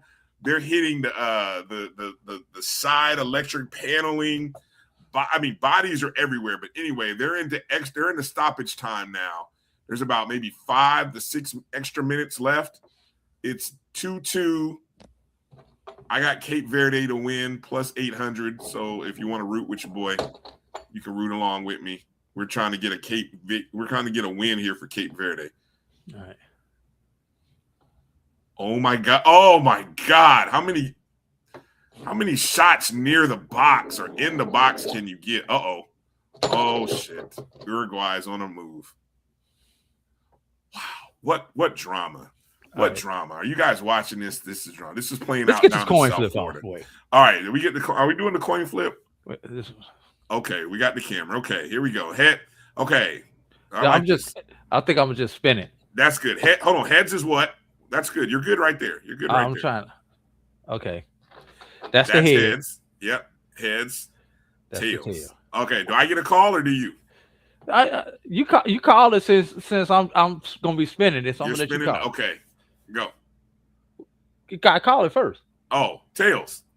Tails. All right, here we go. go. Tails never fails. Oh, that's a good spin. And it spun off the desk. Okay, spin again. That's too good of a spin. I'm spinning the two. Lord have mercy. Because you got me on camera. I've been practicing this during the break. Now you can't do it. Now I can't do it. Oh my God. There we go. That's good. Okay, here we go. Tails it is. Tails it is. Tails it is. Yeah, baby. All right. So the question is, do I get it? Do I have to go first or can I opt to go second? And you can go either way. All right. I'll take the number 1 pick. You gonna take the number 1 pick? I'll take the number 1 pick. You know what this is like, right, Brian? It's like a normal draft. Everybody know who's the number 1 pick. Yes. You get picks 2 and 3. So I get 1. You get 2 and 3. You get 4, 5. I get 4 and 5. You get 6, 7. I get 8, 9. You get 10. Okay. All right. So now I got to do some research. I got to do some research. I already gave you the numbers. Yeah. I got to reset my camera. I don't think I'm going too far out of the norm here on my top, but I got some interesting choices. You guys in the chats, who would you draft with the number 1 pick? The number 1 pick, would you go with Chinnis Berry? Would you go TC Taylor? How about T-Jack, Coach Jackson? Or is it Coach Oliver? I'm curious. You guys tell me who's your number 1 pick. Let me know. Maybe your votes will influence me. Be interesting to see what the when you listen to the people in the stands, you start listening. No, I'm not listening. It's called radio content. I'm just throwing it out there to see what people think. Oh, that's a penalty. That's a penalty in the box. That should be a. Oh man, that's a corner kick. That should have been he got fouled in the box. That should be a penalty kick. Unbelievable. I can't get my camera back right since I moved it. Lord have mercy, this game. I tell you, man, the bodies are all over the pitch.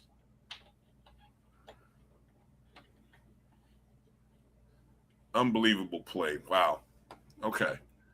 Let me see. Everyone seems to. Somebody said Coach Jackson. I see Barry, Jackson. Okay.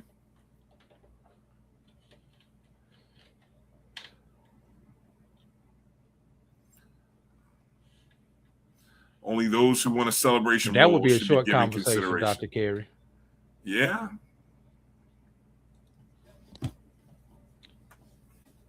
Interesting. Okay. Heck, we've only got what? 3 active coaches with Celebration Bowl victories?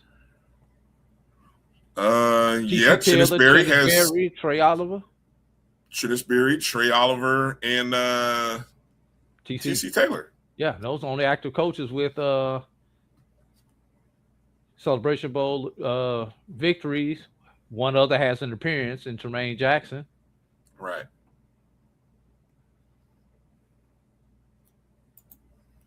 Okay. I hope it doesn't end in a draw, but it seems to be shading towards that way. Unless I get a good goal here in the last minute. Man, be a shame for this game to end in a draw. All right, let's get to these top 10 so you can pick up this show and get out of here, Brian. All right. Man, don't play around with it. Okay, so just to recap where we've been here. Top 25 HBCU stories of 25 to 26. Number 25, Florida A&M wins the PGA Works Collegiate Championship. That's golf. 24, the Red Lobster Band of the Year. Number 23, multiple HBCUs earning NCAA Division II basketball bids. Number 22, Morehouse head men's basketball coach Larry Dixon, his first year success. Excuse me. Number 21 was the announcement of a unified Black college football poll initiative. Number 20, the MEAC SWAC Challenge has some competition on week 0 as the number of games go from 1 to 21. Number 19, who was the best non-Division I baseball team? The great debate between Edward Waters and Talladega. Number 18 was the SWAC All-Sports Championship debate. Jackson State won the All-Sports trophy, but Bethune-Cookman won the men's trophy. Alabama State won the women's. First time in the expansion era that the All-Sports winner did not win either the men or women's. Number 17, the run by the Winston-Salem State Lady Rams under Coach Deanna Terry. Number 17, somebody in the chat probably thinks that's too low. Number 16, the HBCU media growth thanks to the first-year coverage of SWAC TV and the SIAC network. Number 15, Albany State returns to the top of the SIAC, and a total of 5 Division II teams play in the playoffs. 3 of them host first-round games. Number 14, Fayetteville State beat men's basketball and wins the CIAA as you have a matchup between 2 coaches coaching against their former program, Fayetteville State and Bluefield State, in the championship featuring former coaches from the other team. Number 13, we had the 8-1 run from Prairie View men's basketball and Florida A&M volleyball as 8 seeds knock out the 1 seed and then go on to win the conference tournaments. Pretty impressive. Number 12, Alabama State winning the SWAC baseball championship, a tournament that many people thought was going to be a coronation of the Bethune-Cookman season. And then number 11 was the exodus of 3 SWAC basketball coaches who left to be assistant coaches at Power 5 or Power 4 conferences. Brian, before you get into this top 10, make sure you pay attention to the notes. Dr. Cavill is giving you all the notes for the test because he's giving you all the data research that you need to get you started for your test next week. You talking about me? Because he's already given his top 5, his honorable mentions, and what they have done. Brian, you need to copy the notes off of the board. All right, I got the live chat replay on, so I'm gonna have to go back into the comments here in this at this timestamp, and I appreciate you, Doc. Thank you. Thank you, Doc. Started about the 150 timestamp. 150 timestamp. All right. Yeah, thank Doc, you, Doc. Doc been going at it. I've just been watching them pop up. I'm like, yeah, okay. Appreciate it, Doc. Man. Good job. Yeah, appreciate it, Doc. Appreciate it. Final score. We have a draw between Uruguay and Cape Verde, 2-2. And One Cape point Verde, each. 2 consecutive draws, man. And this is their first year in the World Cup. 2 consecutive draws. Man, that's pretty impressive for the little nation that nobody really knew about prior to the World Cup. So strong showing. Okay, our story number 10. And if I got it up, yep. Story number 10 is the legacy and impact of Charlie Neal, who had passed away about a month ago now. Yeah, they just had his memorial 2 weeks ago. Okay. Yeah. Charlie Neal, of course, was the iconic voice of BET Sports, BET Black College Football. Many of us grew up on in the 90s listening to the voice of Charlie Neal. Many of us who are in broadcasting right now, especially Black college sports, looked to Charlie Ward is sort of that. Charlie Neal, you said Charlie. I'm sorry, Charlie Neal, as one of those iconic voices of sports and of HBCU sports, and very similar to other iconic individuals that were broadcasting college football in the 80s and 90s. Neal's name ranks right up there with many of them. And at least it should be thought of in the same point. Had decades telling HBCU stories with very few national outlets were interested. I think that was kind of fascinating. Of course, BET was the platform. And, I know later he worked with some other national networks. Who was it that he worked with? CNN, TNT, ESPN. Mm-hmm. Yeah. But, before he was widely recognized as the first national Black play-by-play voice. I don't think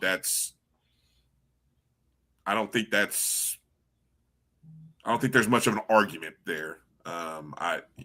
If there is, let me know who might have been a voice before him, but I think he was it. He was that person. He later, obviously, partnered. I think he did some work with ESPN as well later on, and I think he eventually did some things. Most recently, he was a part of the HBCU Go team as they introduced themselves into the Black college football, Black college sports, basketball world. He was that name. They were that name that kind of introduced themselves into that marketplace, and he was that voice. He was their main broadcaster. So I think his legacy is cemented. And I think one of the questions, Drew, that we can ask, and I ask you, if there's a passing of the torch, and this is hard because there are so many more outlets these days. If there's a passing of the torch from Charlie Neal, who's it being passed to?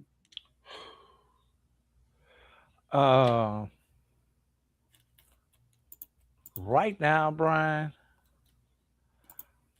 I would have to say it's probably Tiffany Green. Right now, I would say she's the leading voice. There we see her on football mainly, but she does basketball for ESPN, and I've seen her on softball coverage for ESPN. So if I'm going to put anybody out there, it's going to be Jay Walker is a color commentator. I'm talking about as the lead voice there, Emmett. I mean, that's a good name. No disrespect to Jay. But I'm talking about in the lead position, I would say it has to be Tiffany Green today. Okay.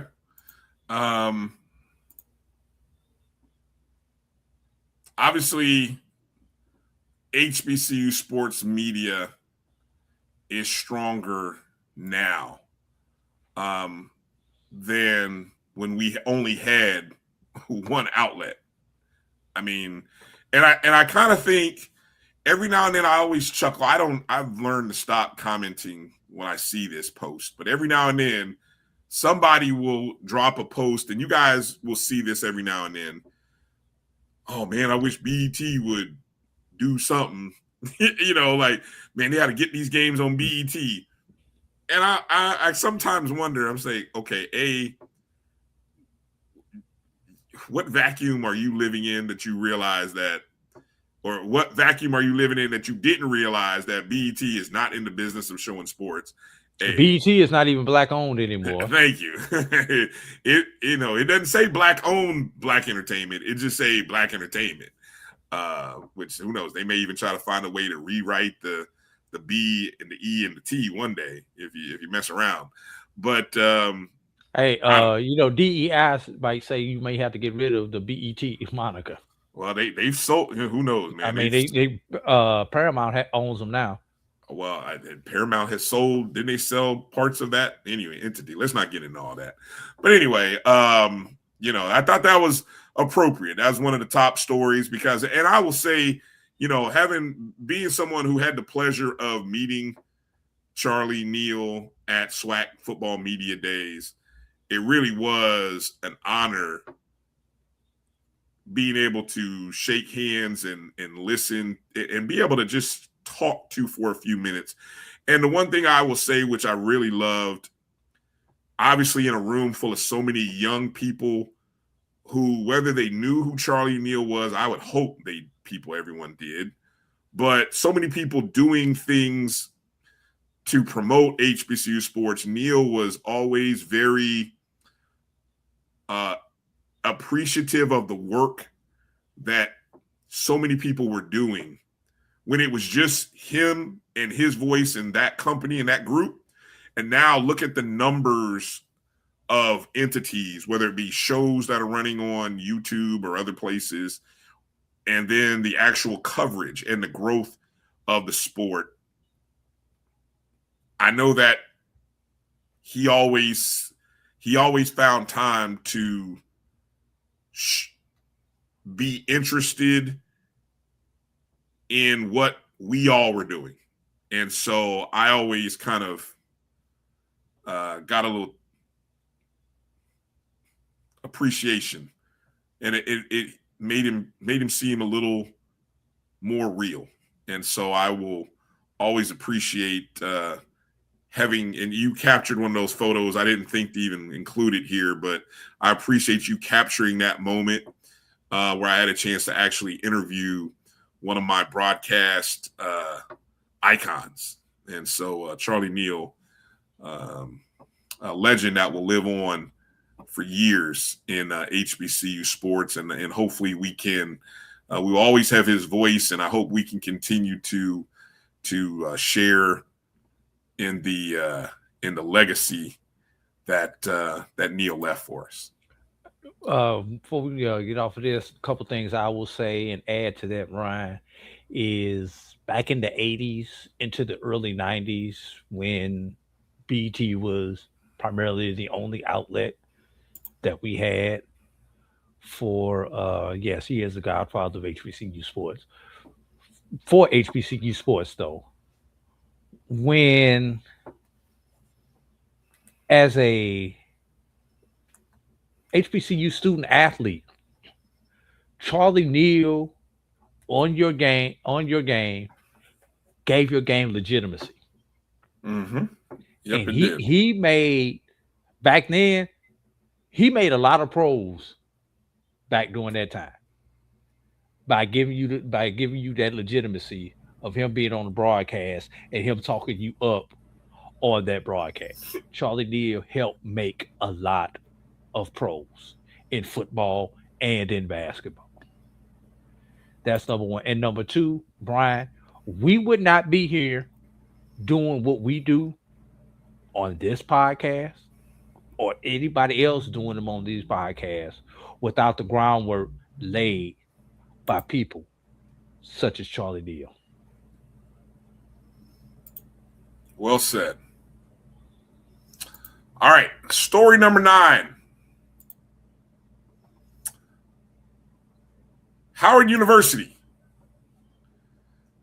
and more specifically, Howard University's women's sports had I would tend to think it was a very unprecedented year, as they dominated in several sports during the course of this year: basketball, softball, indoor and outdoor track and field, golf, swimming, and diving. 5 different coaches won Coach of the Year this past year. Conference championships, NCAA tournament appearances. They have become an example, a shining example, I think, of what NCAA tournament win in basketball, Brian. Thank you for adding that. Yes, the shining example of what investing in women's athletics looks like. And didn't they have some people in the track nationals last week? They did. They had a couple of All-Americans. Yes. And so, I mean, Howard, look, we have to. I know. I saw this post that HBCU Sports is going to be doing their program of the year. Yes. I got to think Howard's women is going to be in the running. In the running, who can beat them? I mean, they could carry the whole athletic program, really. I mean, I know there was a couple of men's program. I know basketball won something, but I mean, just on the female side, there is no one else who's even in the neighborhood with their nomination. I mean, the most conference titles won by any SWAC program was 4. It wasn't. It's not anyway. But anyway, and so there's 5. Let me see, 1, 2, 3, 4, 5. There's 6 right there. I mean, anyway, is there any debate? Is there any question that Drew, that Howard is the premier women's athletic department right now? No. And this is a story that largely went under the radar, Brian, and most media outlets. This was the by the way story, not the top story. A lot of that has to do with us because we focus on the revenue sports, obviously basketball and football. And we did give them their shine during basketball season. Mm-hmm. But these other titles that they won, we didn't give them too much love. Maybe just the hair in softball, but track, nah. Golf, no love. Swimming, definitely no love, because they're the only HBCU that competes in swimming. Yeah. Is that why is that? Is that a product of the conference they're in? Is that maybe it's a product of us as mainly our male bias, where we tend to overlook female sports. Let's start off with the basic one. That's fair. The low-hanging fruit. Yes, it is. Yeah. And then, obviously, when men's basketball wins at the same time that women's basketball wins, the men's program is going to overshadow the women's program. And it did. Yeah. Softball did get a little bit of shine because there is no baseball to compete. But the other ones, they also have a successfully men's program in all these other ones, Brian. They may not have won the conference title in all these other sports, but their men's programs are no slouch in any of these other sports, Brian. So where is the coverage going to lean? You know what Howard's women has become this season, and I don't know. Again, I don't know how many titles they won last year, and I mean they are becoming the Stanford University of major conferences, and I say that because remember in USA Today they used to have the commission. I think they still even do have the Commissioner's Cup. Mm-hmm. Stanford University would always be up in the upper tier, and even several years would win it. despite losing in football and basketball. Right. In the main sports of football and basketball, they weren't very dominant. But baseball, in a whole bunch of other sports, any Olympic sport, Stanford University was one of the top programs in the nation. And so I feel like Howard women's athletic program is moving into that territory of, among women's athletics, and I don't know if basketball versus volleyball, which is your premier sport, maybe it's track and field, but whatever it is, it's always going to be overshadowed. I mean, and you said male bias, and so let's just keep it real. That's probably what it is a lot. It doesn't move numbers. It's not clickbait, but there's still great programs, and the athletic programs and universities still invest in it. And so that's where Howard is. I mean, Howard should be your athletic program of the year, and off the backs of women.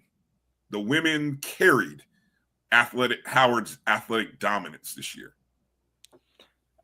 And there's really not too much more to nope. to add to that, Brian, except I hope that the athletic department and the alumni and the boosters and everybody else invest in these women programs so they can continue their dominance. Right. That's story number 9. Story number 8 should be one that's a little dear to A.D. Drew's heart. Another one that went under the radar. Morehouse Track's Triple Crown. What do we mean by Triple Crown? We mean the Triple Crown of Morehouse winning in cross country, indoor track and field, and outdoor track and field championships in the same academic year in the SIAC. And then head coach Willie Hill winning his 51st SIAC championship, which would have come on the outdoor. The 50th would have been the indoor championships. Correct. The first would have been the outdoor championships. And let me stop right there, Brian. And those who are looking at the screen, Coach Willie Hill is the one about in the second row behind the SIAC champions on the picture on the right with the bucket hat on. Just so you know who Coach Willie Hill is. Well, we should have, if I'd have known you, we should have had a good picture of Coach Hill. But yeah, if you don't know who Coach Hill is, yeah. So Drew, as we think about now, again, I think it's kind of interesting. Somebody may say, oh, how does an Olympic sport make the top 10?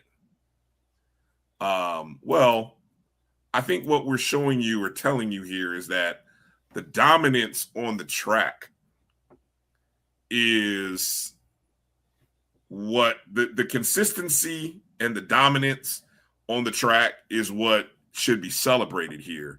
Where does this Triple Crown rank? How often does it happen? Is it first time ever? Rare? First time ever. By Morehouse or by any SIAC program? Any SIAC institution, and I would challenge anybody. There you go. To give me another time where it has happened in the same academic year. In the SIAC or any school?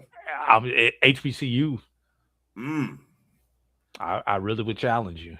Yeah, that's interesting because there have been some in the SWAC. We've seen some programs win the indoor and outdoor. Obviously, FAMU did it. I know Alabama State's done it in the past. But then you said add the cross-country element to it. Correct. That's the X factor there. Right. And this came after almost winning the Triple Crown last year, having won cross-country and indoor, but placing second in outdoor in the 2025 season. And Brian, and I don't know which one is the biggest story out of this, Brian. The Triple Crown, which is historic, or 51 championships, Brian. 51 conference championships, Brian. In 42 years, Brian. Doc is saying now, Doc, give us a little more perspective here. You're mentioning Texas Southern University coach Duncan. And like I said, I hadn't done the research, Doc. I'm just throwing it out there and help me with the research. But to win them all in the same season, what year was that? And Brian, let's cross country, third consecutive, indoor, second consecutive, and of course, after placing second in outdoor last year, winning outdoor this year. So they just missed. They would have had the Triple Crown last year, but they just missed on the outdoor title. Correct. Wow. Amazing group of young people that they have there. And with St. Augustine not having athletics anymore on the Division II level, this has to become the premier track and field program now for Division II HBCUs. Probably so. Probably so. Good catch. Good point there, Drew. I had one other thought that it was coming to mind here. Maybe I'll have to ask it to you offline regarding Morehouse. Oh, it had to do with NCAA success. What has the success translated or look like for Morehouse track in the NCAAs following the conference success? To be honest with you, Brian, it has this current run that they're on has not translated to the NCAA success. The NCAA success went back to the teams when not only were they winning conference, but placing in the NCAA meet. Morehouse has finished highest third. Don't ask me what year that was that they finished third, but I know Morehouse's highest finish ever in the NCAAs was third place. Okay. So, and I'm gonna throw one other thing. The picture on the right, which is the outdoor championship, Ryan. Mm-hmm. There were two basketball players who came off the basketball court to run track and took gold in the conference meet. Really? One of them in the 800. One guy ran the 800 and the 4x8, and another guy won the high jump. And that was after he won the long jump the previous year as a freshman, but because he was recovering from a knee injury, he didn't want a long jump this year. He just decided to high jump. And still won high jump and qualified for nationals. Coming off the basketball court, Brian. Wow. Well, congratulations to Coach Hill and Morehouse Track coming in as our number 8 story of the year. Number 7.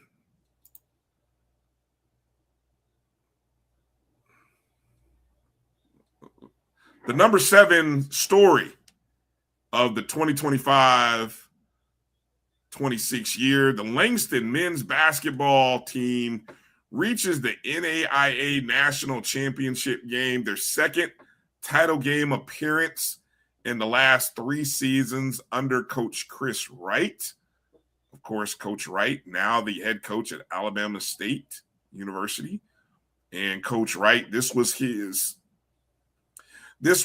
third national championship appearance in the last 5 seasons. Over 2 institutions. 2 institutions. Let me repeat that again. Getting to the national championship game 3 times in 5 years. Unfortunately, he's 0-3, but getting there is hard. The Lions this year, they were the number 4 seed in the tournament. They fell to the number 1 team in the nation, Freed Hardeman, 76-71. That team that they came and they lost to Freed Hardeman 2 years ago as well. Of course, 2 years ago, they had a lead down the stretch and couldn't hold that lead.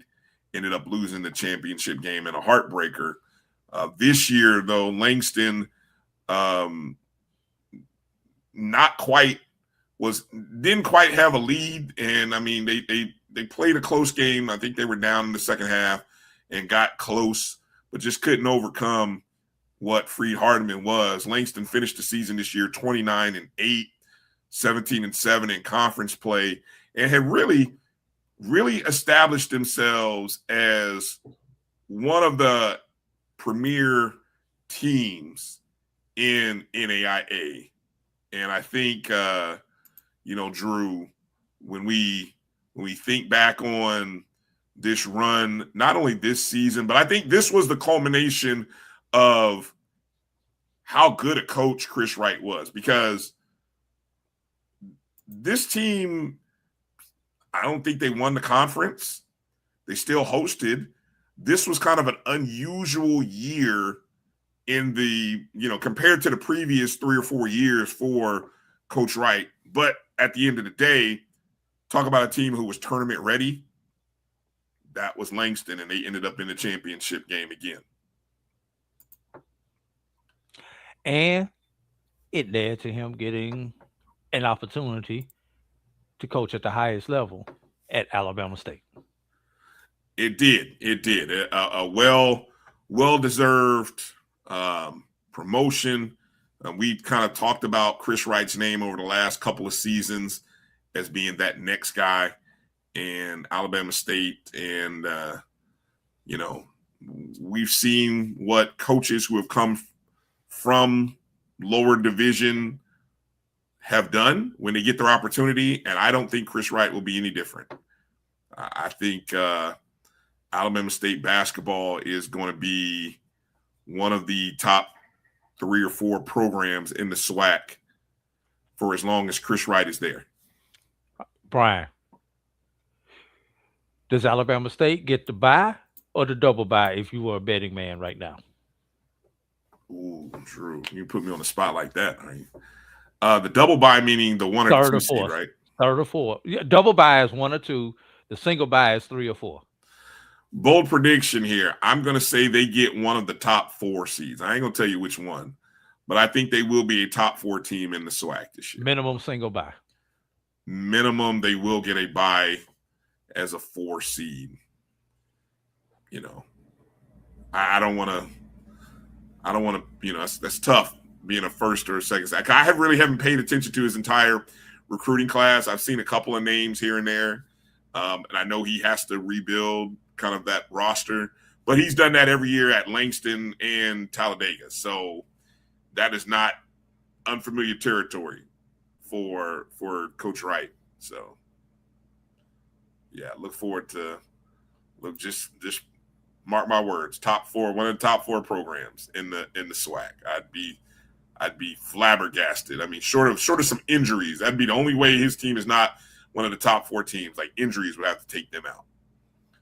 Something at that level. And it's still, that man's going to recruit his butt off. But congratulations to Langston. They built quite a program over there, and they're going to try to keep that thing going. I mean, they've got a great athletic director in A.D. Rogers. And, yeah, Danita Rogers.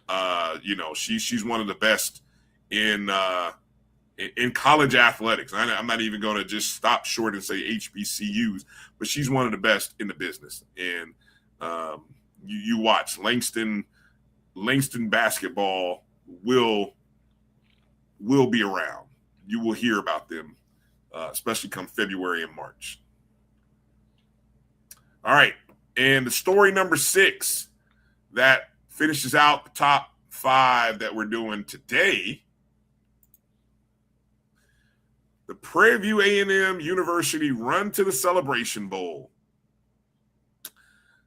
Under first-year head coach Tremaine Jackson, or I should say first year at Prairie View A&M head coach Tremaine Jackson. They won the conference, went on the road to Jackson State, a place that many people said that you can't get a win in. And they defeated the Tigers, won the conference. And it happened to coincide with their first 10-win season since 1963-64. I mean, do the math. That's before Drew and I were born. I can tell you that. I can't even do the math on the years on that, but it's a long, long time ago. 62 years, Ryan. Woo. 62 years. Ooh, Lord have mercy. Congratulations to Prairie View. One of the big stories of the year, no doubt. And gave us one of the great celebration bowls in history so far, in the 10-year history. What part of this Prairie View A&M season do you look back on, and what maybe caught you by surprise? What are you most reflective on? Do you most remember, Drew? Well, I'm gonna not focus on the Celebration Bowl. I'm gonna focus on everything else. How about the fact, and I think we've undersold this story, the first road team to win the SWAC championship game in the home SWAC championship home game era since 2018. Also, the first team from the Western Division to win the SWAC championship game in the home team era. First Western Division champion since Grambling. Celebration Bowls 1 and 2, I believe that was. Yeah. 2. I think it was 2. Celebration Bowl 2. Grambling won 1 and 2. No. Grambling won the SWAC Celebration Bowls 1 and 2. Celebration Bowl 2, they actually won the Celebration Bowl. But they were in there twice. Okay. They were in there 2 times consecutive. Really? Okay. I'll take your word on it. Yeah.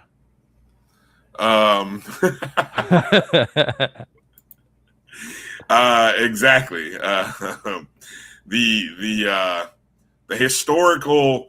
historical teams in the Celebration era, right? Alcorn, and of course, when you think about the West, you think of Grambling and Southern and Prairie View. And I mean, again, at some point, you come back to this was the program that had the streak. Yeah. And when we think about athletic programs that had the best year, Prairie View will be in the conversation because they did it in the 2 primary revenue generating programs that most people put eyes on, football and basketball. Right? And so we'll look at football, and I think Drew, of all the things you talked about, I think it did 2 things. One, it cemented it put a stamp on Tremaine Jackson, because I know he had a lot of belief in himself, but there were a lot of people who wondered whether he could do it at Prairie View, but maybe not so much could he do it at Prairie View, but could he do it as fast as he did it? Right? And then I also think it gave a big boost up to Division II coaches who had a great deal of success. Like, if Chennis Berry kind of made people sit up and say, I wonder if that's possible, Tremaine Jackson stamped it and said, yes, it is possible. And now you see guys like Quinn Gray getting an opportunity at Florida A&M. And I think there will be others. Like, I will not be surprised to see the next big-time winning Division II coach, whoever it may be. It may be Maurice Flowers. It may be Frazier. It might be Ron Parker. Dickerson. Could be Dickerson. Whoever comes out of that group, somebody's going to get a shot at one of those HBCU's jobs that are going to come open at the end of the season, at the end of the year, because somebody's jobs are going to come open. One of these jobs are going to come open, right? Hold up. What about Division II coach who already has a job right now in the SWAC? Sam Shade. Oh yeah. I forgot about that. Yeah, Shade was on the heels of because he came in the same year with Jackson. He did, and actually, so I think his roster was a little bit different. But you got to think about Alabama A&M. The quarterback was the big issue at Alabama A&M. They thought they had the quarterback, and then he was ruled ineligible at the last moment going into the season. Right, but think about what Prairie View had been to the SWAC championship game. What, 2 previous times in the last 3 years? Lost to Jackson State, lost to FAMU. Yeah. So yes, from a program perspective, the Prairie View program had been there. So it means that talent was around and there. They just needed, they needed the right mix. They needed the right chef to come into the kitchen, I guess. I will say one thing, Brian. We know one former Division II coach who will not be participating in this year's Celebration Bowl. And that is Quinn Gray. Yes. Unfortunately, for reasons beyond his control. Yeah. He will not have an opportunity to do what these guys did. But that is that's story number 6. So just to recap again for you, our stories 10 through 6. Again, number 10 was the legacy and impact on HBCU sports media by Charlie Neal. Number 9 was the dominance of the Howard University women across sports, basketball, softball, indoor and outdoor track and field, golf, swimming and diving, coaches winning coach of the year. I mean, was there a more dominant program? You tell me. Number 8, speaking of dominance, the Morehouse Triple Crown, the first time in the SIAC that somebody had won the men's or any cross-country, indoor and outdoor track and field. Of course, for Morehouse, it comes with the men, but no program, men or women, had done it previously. And it coincided with Coach Willie Hill's 51st, or actually his 49th, 50th, and 51st conference championships. Story number 7 was Langston men's basketball reaching the NAIA national title game for the second time in the last 3 years under Coach Chris Wright, who is now at Alabama State. And number 6, as mentioned, was the Prairie View football team run to the Celebration Bowl, winning the first conference title on the road since 2009, and it's the school's first 10-win season since 63-64. So, Brian, let's pose the question to the chats. You've seen 20 stories. We've got 5 to go. What 5 stories are out there, everybody? What do you think our top 5 consist of? What stories do you did your story not make the cut? Or is your story a top 5 story? Yeah, that's a great question. Great question. That's the question. What stories do you think are still out there that we haven't mentioned that is a top 5 story? Because we know. Yeah. Oh, sure. We know. Yeah. We know. I'm going to give people a few minutes to chime in the chats on that. Let me mention a couple other stories here that I think we should make mention of. Did you see this story, Drew? That we had a retirement announcement earlier this week. I still don't understand that one. As far as I didn't know he was playing. Well, former Virginia Union star Jada Byers announced his retirement from football on Thursday via his Instagram account. Of course, Byers, who was at Virginia Union from 2021 to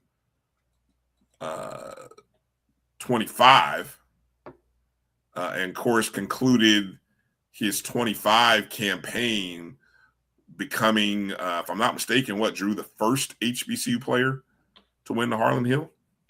No, that was not Byers that won the Harlan Hill.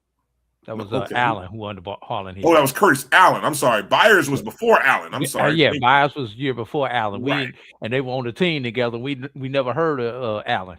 Thank you. Thank you for correcting me. Yeah, so Byers was there from 21 to 24. Of course, Curtis Allen came after him. Yeah. Byers, he is the team's all-time leading rusher with 5,978 rushing yards and 71 rushing touchdowns.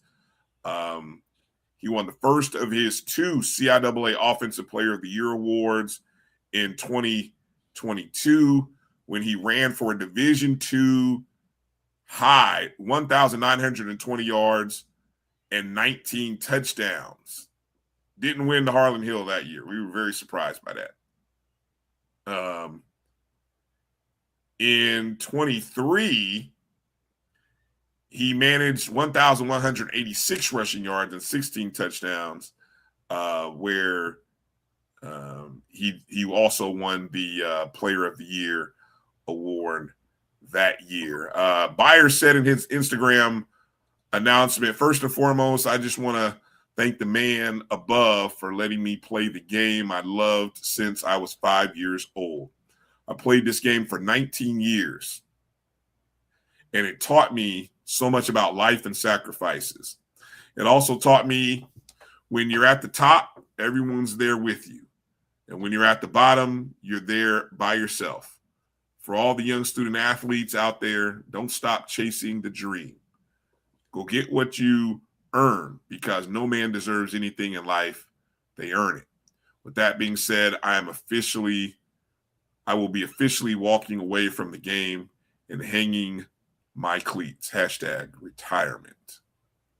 After a stellar performance at the 2025 HBCU Legacy Bowl, Byers signed with the Memphis Showboats of the UFL. This past year, though, he was playing in the Continental Football League for the Ohio Valley Ironmen, which, probably sounds a little semi-pro football, but I got a feeling at that point, he realized after 19, think about that. He said 19 years of playing football. And it's amazing that he talks about starting at the age of 5. So, might be something to that thought when people say they don't let their kids play football until they're in their teenage years. Who knows? Maybe just the wear and tear of playing tackle football just caught up to him, Drew. Probably did, man. But I'm joke, but no, it's no matter what age you are, whether you're 20, 12, 40, whatever, when it comes to an end, it's tough for an athlete to deal with. Yeah. So going back and cleaning up some of these comments, Brian. What you got? Let's see. Let's start off with this one. Dr. Kavir says 3 different coaches for Prairie View A&M to make it to the SWAC championship game. This coach and this team were obviously different. Definitely different. Well said. Going back to my Alabama A&M, Shade was 3-2 when Quad Brown got hurt. But yes, I was on the Sam Shade train before Mikael Hagens was academically ineligible last year, and I believe Hagens was ruled ineligible right before the season, right before spring, right before fall practice. And that was the thing that hurt, because when they got him out of the transfer portal, again, he was at UAPB. I thought he was going to be one of the best quarterbacks in the SWAC, not named why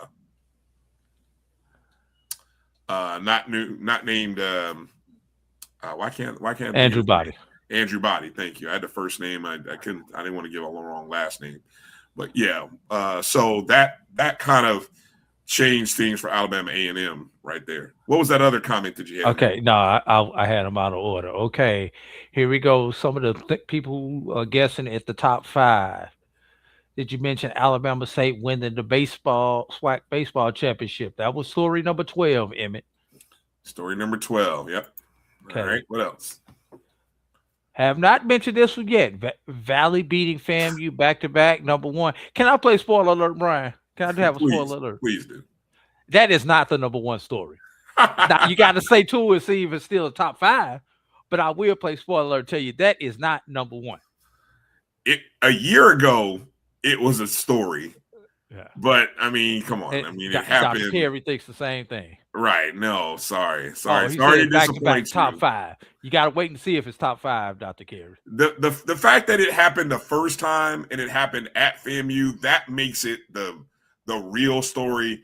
The second year it happening is, that for you folks there in Jackson, I'm sure that tickled you pink. But no, that is not the story. Brian, can we go into the recycle bin and pull up your call of that touchdown? Just for kicks and grin next week. We cannot. I can't get anybody to give me any of the audio or video from those broadcasts. I have tried. And that's probably a good thing, but I really would like to have them for my own personal files, but I have not been able to get anybody to get those to me yet. All right.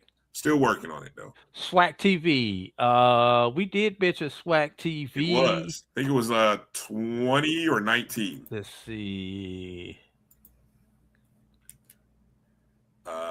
Number 16. 16. Okay. 16. Number 16. Yep. Number 16. A&T's men's national performance on the list. And we got 2 people with that. Did anybody win the national championship from North Carolina A&T? I think Southern got the only national champion. Congratulations, A&T. But I mean, what did y'all really do? I mean, you had All-Americans. That's great. I mean, okay. I mean, just. Yeah. Only in your top 5, Crook. Only in your top 5. Kerry says back-to-back is a story. Again, for y'all and y'all shows that y'all love to troll FAMU, I'm sure it is. Southern signing Marshall Falk as coach. Got to wait and see. We've had NFL Hall of Famers become HBCU head coaches before. What's so new about Marshall Falk? Okay. Nothing new. JSU winning the Commissioner's Cup. We actually did that one. We did that one. Where was that one at? I'm looking at the list. That's 18. It's 18. Is it 18? Okay. That was 18. That's yes, it is 18. Yes.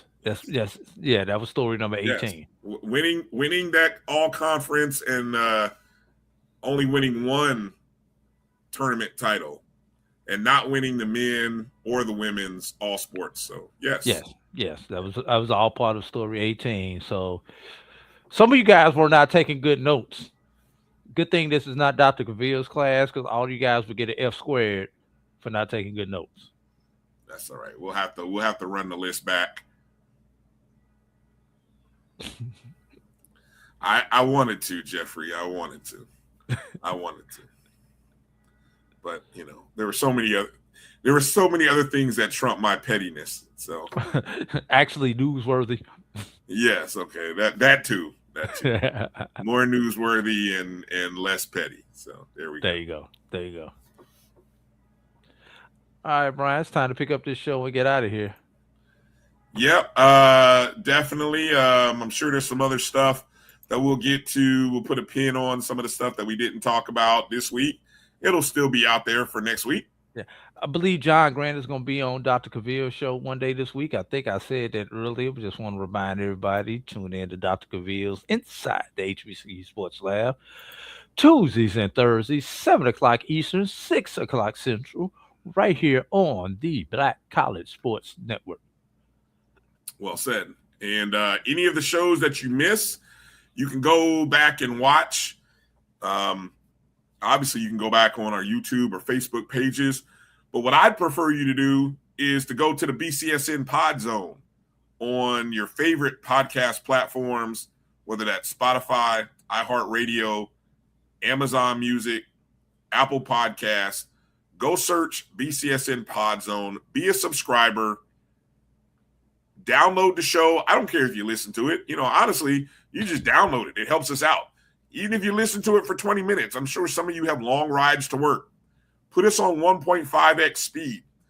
We sound good sped up. But whatever you do, just download the show, subscribe, rate, review. It really helps the algorithms, as much as we like the thumbs up and if you live in Houston, if you live in Atlanta, this will get you through traffic for at least a day and a half. Exactly. You can listen. You can stop. Orlando. Yeah, listen to part of a show. Miami. And come back later. All of the shows. The Carlos Brown show, which was on yesterday. Our show, Dr. Cavill's shows during the week. The ONG Strike Zone on Wednesdays. All of the shows that are part of the Black College Sports Network, you can catch on the BCSN Pod Zone. All right. Well, Drew, good show tonight, man. Thank you to everybody in the chats. Appreciate your interaction. Appreciate you guys. Hit the thumbs up and the like button on the way out the door. And if you want to donate to the show, you see the Cash App there. We really appreciate it. You can also leave a super chat if you're on the My JBN online YouTube page. You can do that as well. Or you can even join the JBN channel there on YouTube and support all the things that we do here on the Black College Sports Network. All right, that'll do it for A.D. Drew. I'm Brian Fulford. Thanks for watching the show tonight. Good night. God bless everybody. Have a great week, and keep watching that World Cup action as much as you can. All right? Have a light, everybody. All right. Well, holla. Holla.